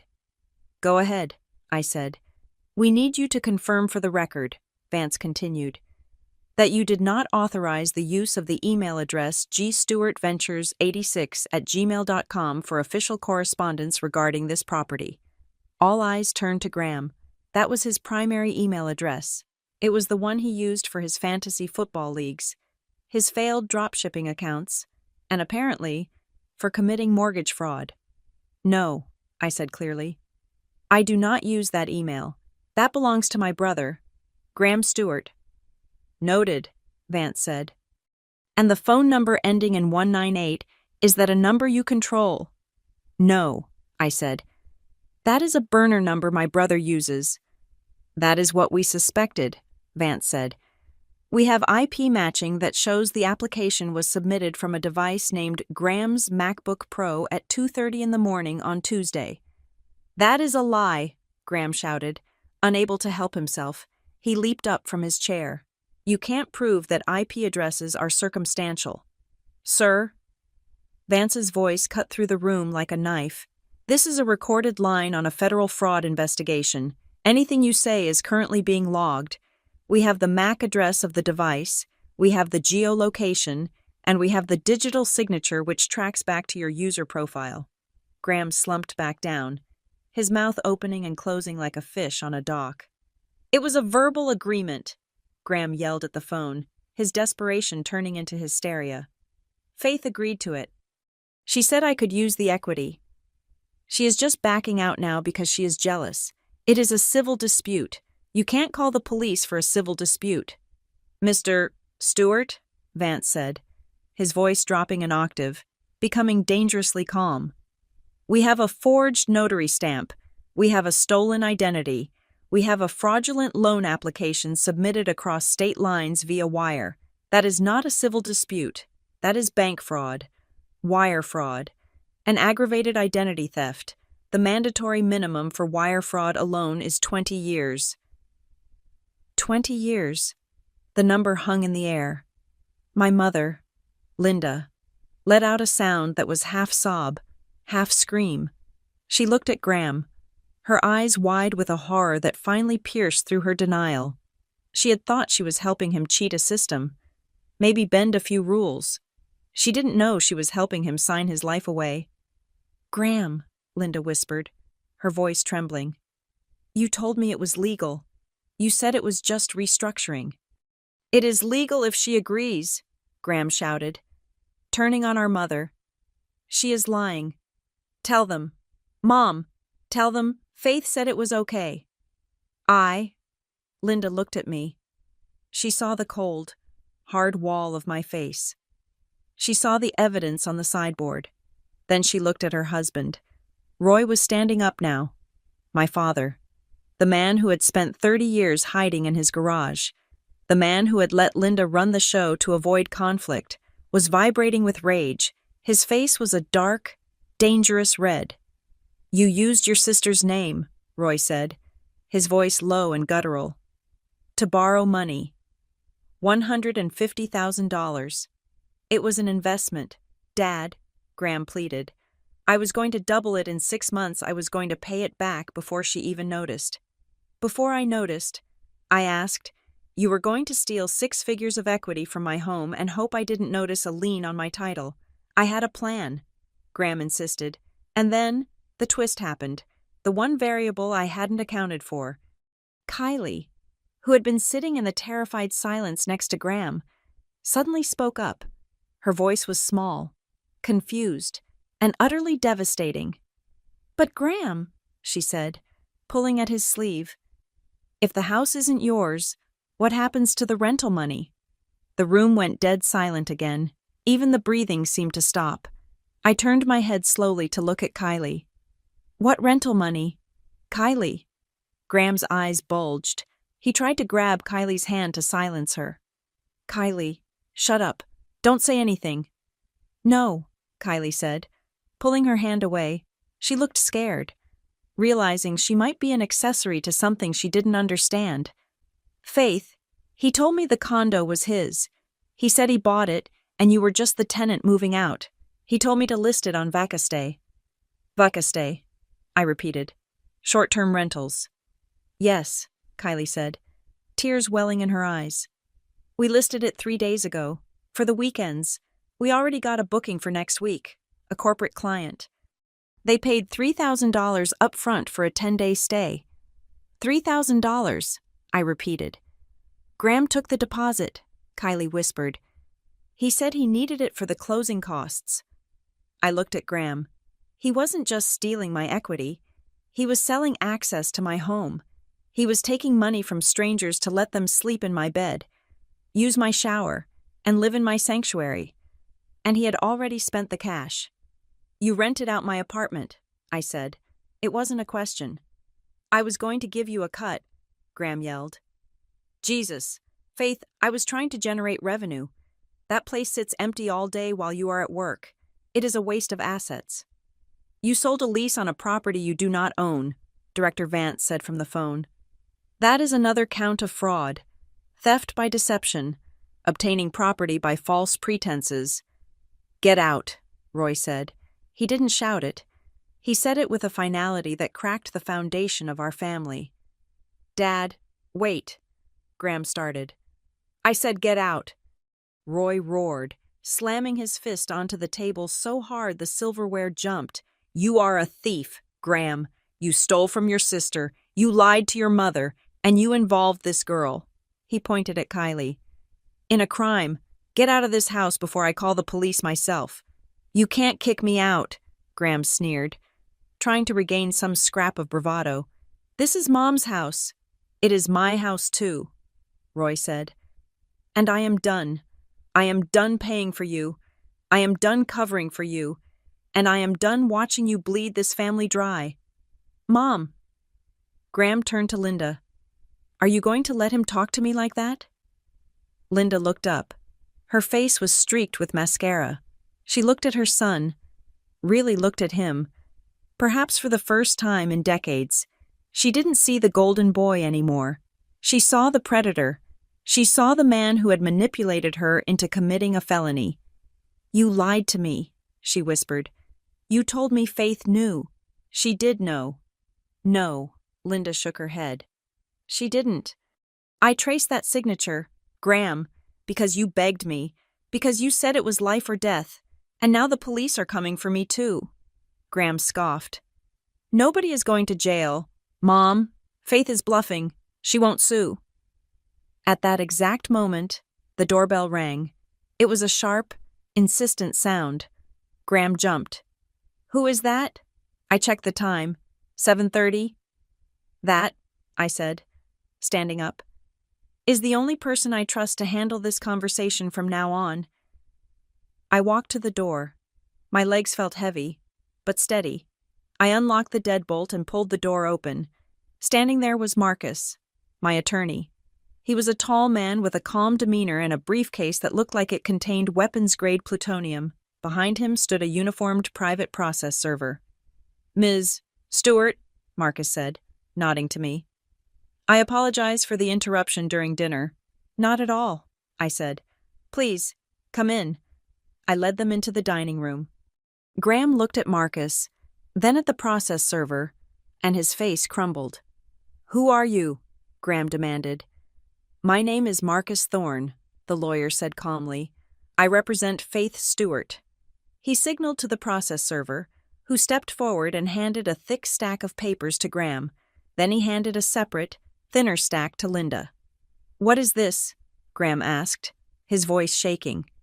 That, Marcus said, is a cease and desist order regarding the property at the South End. It is also a temporary restraining order preventing you from entering the premises, contacting the HOA, or listing the property on any rental platforms. Included in the packet is a copy of the civil complaint we are filing tomorrow morning for quiet title, fraud, and conversion. Graham dropped the papers on the table. They scattered across the roast chicken. You sued me, he whispered, looking at me with betrayal. I am your brother. And that, Marcus continued, pointing to the phone that was still active on the table, is why we are also handing over our evidence packet to the district attorney, because family status does not grant immunity from federal banking statutes. Marcus turned to Linda. Mrs. Vaughn, you have been served as a named defendant in the civil suit due to your role in the notarization. However, my client has instructed me to hold your portion in abeyance pending your full cooperation with the investigation against Mr. Stewart. Linda covered her face with her hands and began to sob. This isn't a family argument anymore. Graham, I said, my voice cutting through the sound of my mother's crying. "I told you, I am not a wall, I am not a bank, and I am certainly not your doormat." "Director Vance," I said to the phone, "you have heard the admission of the unauthorized rental. You have the confirmation of the email. Do you have everything you need to proceed?" "We do, Ms. Stewart," Vance replied. "We are freezing the title officially. The loan from Rapid Cash is dead, and we will be contacting the local precinct to pick up the notary logs in the morning." "Thank you," I said. I tapped the red button and ended the call. The silence returned. But this time, it was the silence of a tomb. The family as we knew it, the one where Graham took and I gave, where Mom fixed and Dad hid, was dead. It lay on the table, cold and broken, right next to the champagne bottle Graham had brought to celebrate his theft. "I think," I said, looking at my brother, "you should probably leave now. Marcus tells me that violating a restraining order is an arrestable offense, and as of right now, you are in violation." Graham looked at me. Hate radiated from him, hot and pure, but under the hate was fear. Real, tangible fear. He looked at the lawyer. He looked at his father, who was still standing with clenched fists. He looked at Kylie, who was backing away from him as if he were contagious. He grabbed the stack of legal papers. He didn't say a word. He turned and walked out the door. The slam echoed through the condo, vibrating in the floorboards, but I didn't flinch. I just picked up my wine glass, which I still hadn't touched, and took a long, slow sip. The door slammed shut behind Graham, and the vibrations seemed to travel through the floorboards, up my legs, and into my chest. For a moment, the silence in the apartment was absolute. It was not the tense, suffocating silence of the dinner. It was the hollow, ringing silence that comes after an explosion. My lawyer, Marcus, packed his briefcase with the efficiency of a man who had seen this scene 1,000 times. He nodded to me, a silent acknowledgement that the tactical part of the evening was over, and the emotional cleanup was about to begin. He left quietly, taking the process server with him, leaving me alone with my parents in a room that smelled of cold roast chicken and burnt bridges. The aftermath of that night was not a single event, but a slow, grinding process of disentanglement. In the weeks that followed, I learned that reclaiming your life is not as simple as winning an argument. It is a procedural marathon. I worked closely with Sarah Jenkins at Harbor Point Title. We filed a quiet title action, a lawsuit specifically designed to remove any clouds on the deed. Because we had the evidence, the badge logs, the IP addresses, and the admissions made on the recorded line, the process moved faster than usual, but it still required signatures, affidavits, and hours on the phone. The investigation into the notary, Brenda Miller, was the linchpin. Once the police contacted her regarding the fraud report filed by Harbor Point, she did exactly what people like her always do. She turned on the person who paid her. She provided a sworn statement that she had never met me. She admitted that a man matching Graham's description had come to her home office, offered her cash, and assured her that his sister was just in the car, and had already signed the papers. She surrendered her notary logbook, which showed a messy, hasty entry that didn't match the sequential order of her other stamps. Her commission was suspended immediately, and she was facing criminal charges for falsifying public records. That statement was the silver bullet. It voided the deed entirely. Graham's world did not implode all at once. It eroded, piece by piece. Rapid Cash Capital, the hard money lender he had tried to defraud, did not take kindly to being lied to. They blacklisted him, obviously, but they also reported the attempt to the credit bureaus and federal regulators. The business he was trying to fund, which turned out to be a vague consulting LLC with no clients, was dead in the water. He wasn't in handcuffs yet, but he was in a prison of his own making. He was drowning in legal fees he couldn't pay, facing a civil suit from me, and dodging calls from an investigator at the district attorney's office. He had gambled his life on the assumption that I would be too nice to press the button. He never calculated the odds of what would happen if I actually did. But the hardest work wasn't legal, it was familial. That night, after the lawyer left, My mother sat at the dining table for a long time. She didn't cry.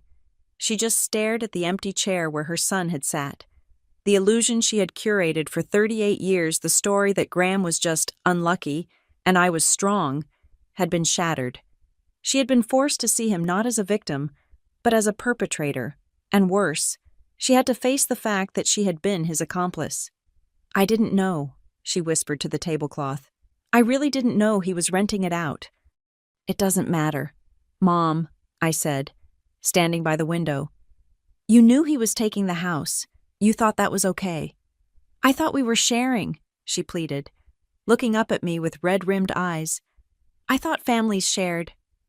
"Parasites share," I said brutally. "Families respect." She flinched as if I had slapped her, but then my father spoke. Roy had been standing by the kitchen island, his arms crossed, watching the scene with a heavy, mournful expression. He walked over to the table and placed a hand on Linda's shoulder. "We did this, Linda," he said. His voice was rough, like gravel. "Roy, don't," she sobbed. "We did," he insisted. "We taught him that he could take whatever he wanted, and we taught Faith that she had to let him." He looked at me then, and his eyes were filled with a profound shame. "I am sorry. Faith, I sat in my garage for 20 years while you raised yourself. I let your mother rewrite the rules because I didn't want to fight. I let him steal from you because I was too cowardly to be a father." It was the apology I had waited a lifetime to hear. It didn't fix the past. It didn't undo the years of neglect, but it acknowledged reality, and that was enough to start with. I set the boundaries the next day. They were hard, cold, and non-negotiable. I sent an email to both of my parents. I told them that I would not be paying a single cent of Graham's legal fees. I told them that if they gave him money to fight me, I would cut off contact with them entirely. I told them that I would not drop the lawsuit for the sake of peace. "Peace," I wrote to them, "is not the absence of conflict. It is the presence of justice, and I will have justice." My mother tried to bargain. Of course, she sent texts about forgiveness. She left voicemails about how hard it was for Graham right now. I didn't block her, but I didn't reply. I let her sit in the discomfort. I realized that for decades, I had been absorbing her anxiety so she wouldn't have to feel it. Now, I simply let the anxiety bounce off me and return to its sender. The final step was reclaiming the physical space. I hired a locksmith to come out 3 days after the dinner. I didn't just rekey the locks. I installed a high-security electronic system with a camera log. As I watched the locksmith drill into the door frame, purging the old mechanism that Graham had thought he had a right to, I felt a physical weight lifting off my shoulders.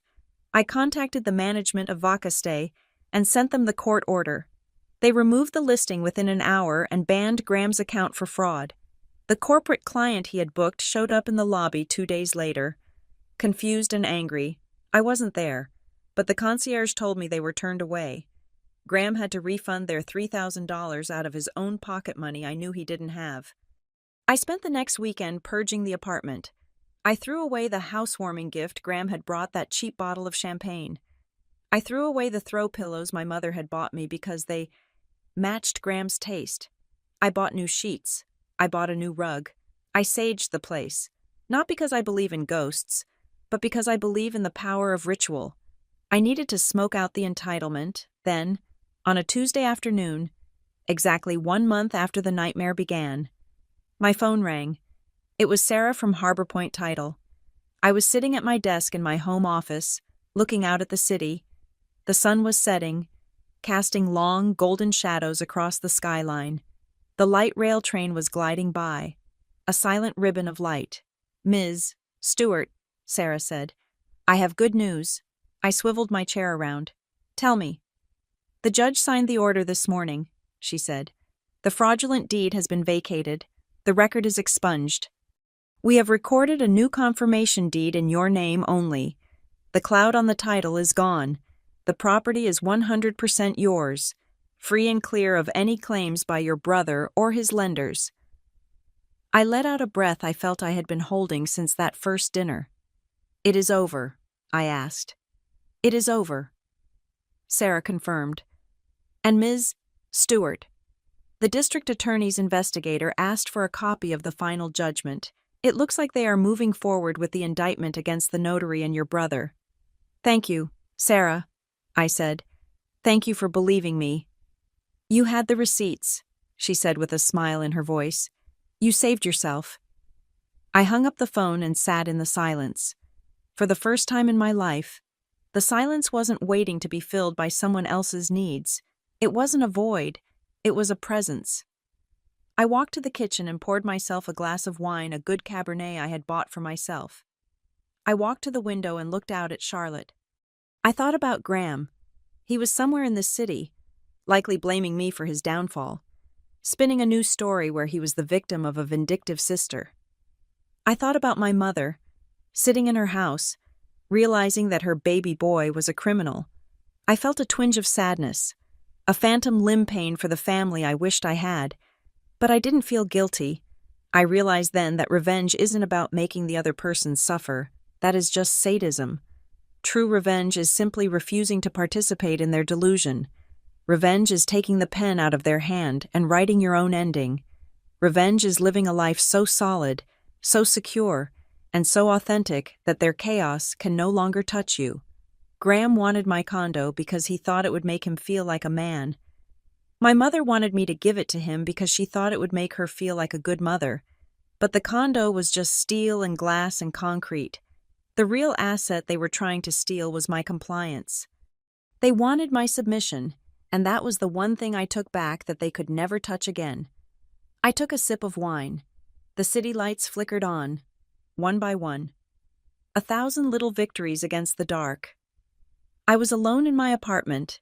I had no boyfriend, no close family nearby, and a brother who would likely never speak to me again, and I had never felt more complete. I turned away from the window and looked at my living room. It was quiet, it was clean, and it was mine. Thank you so much for listening to my story. I would love to know where you are tuning in from. So please drop a comment below and let me know. It is always amazing to see how far these stories travel. If you enjoyed this story, please make sure to subscribe to the Maya Revenge Stories channel, like this video, and hit that hype button to help us share more stories like this with the world.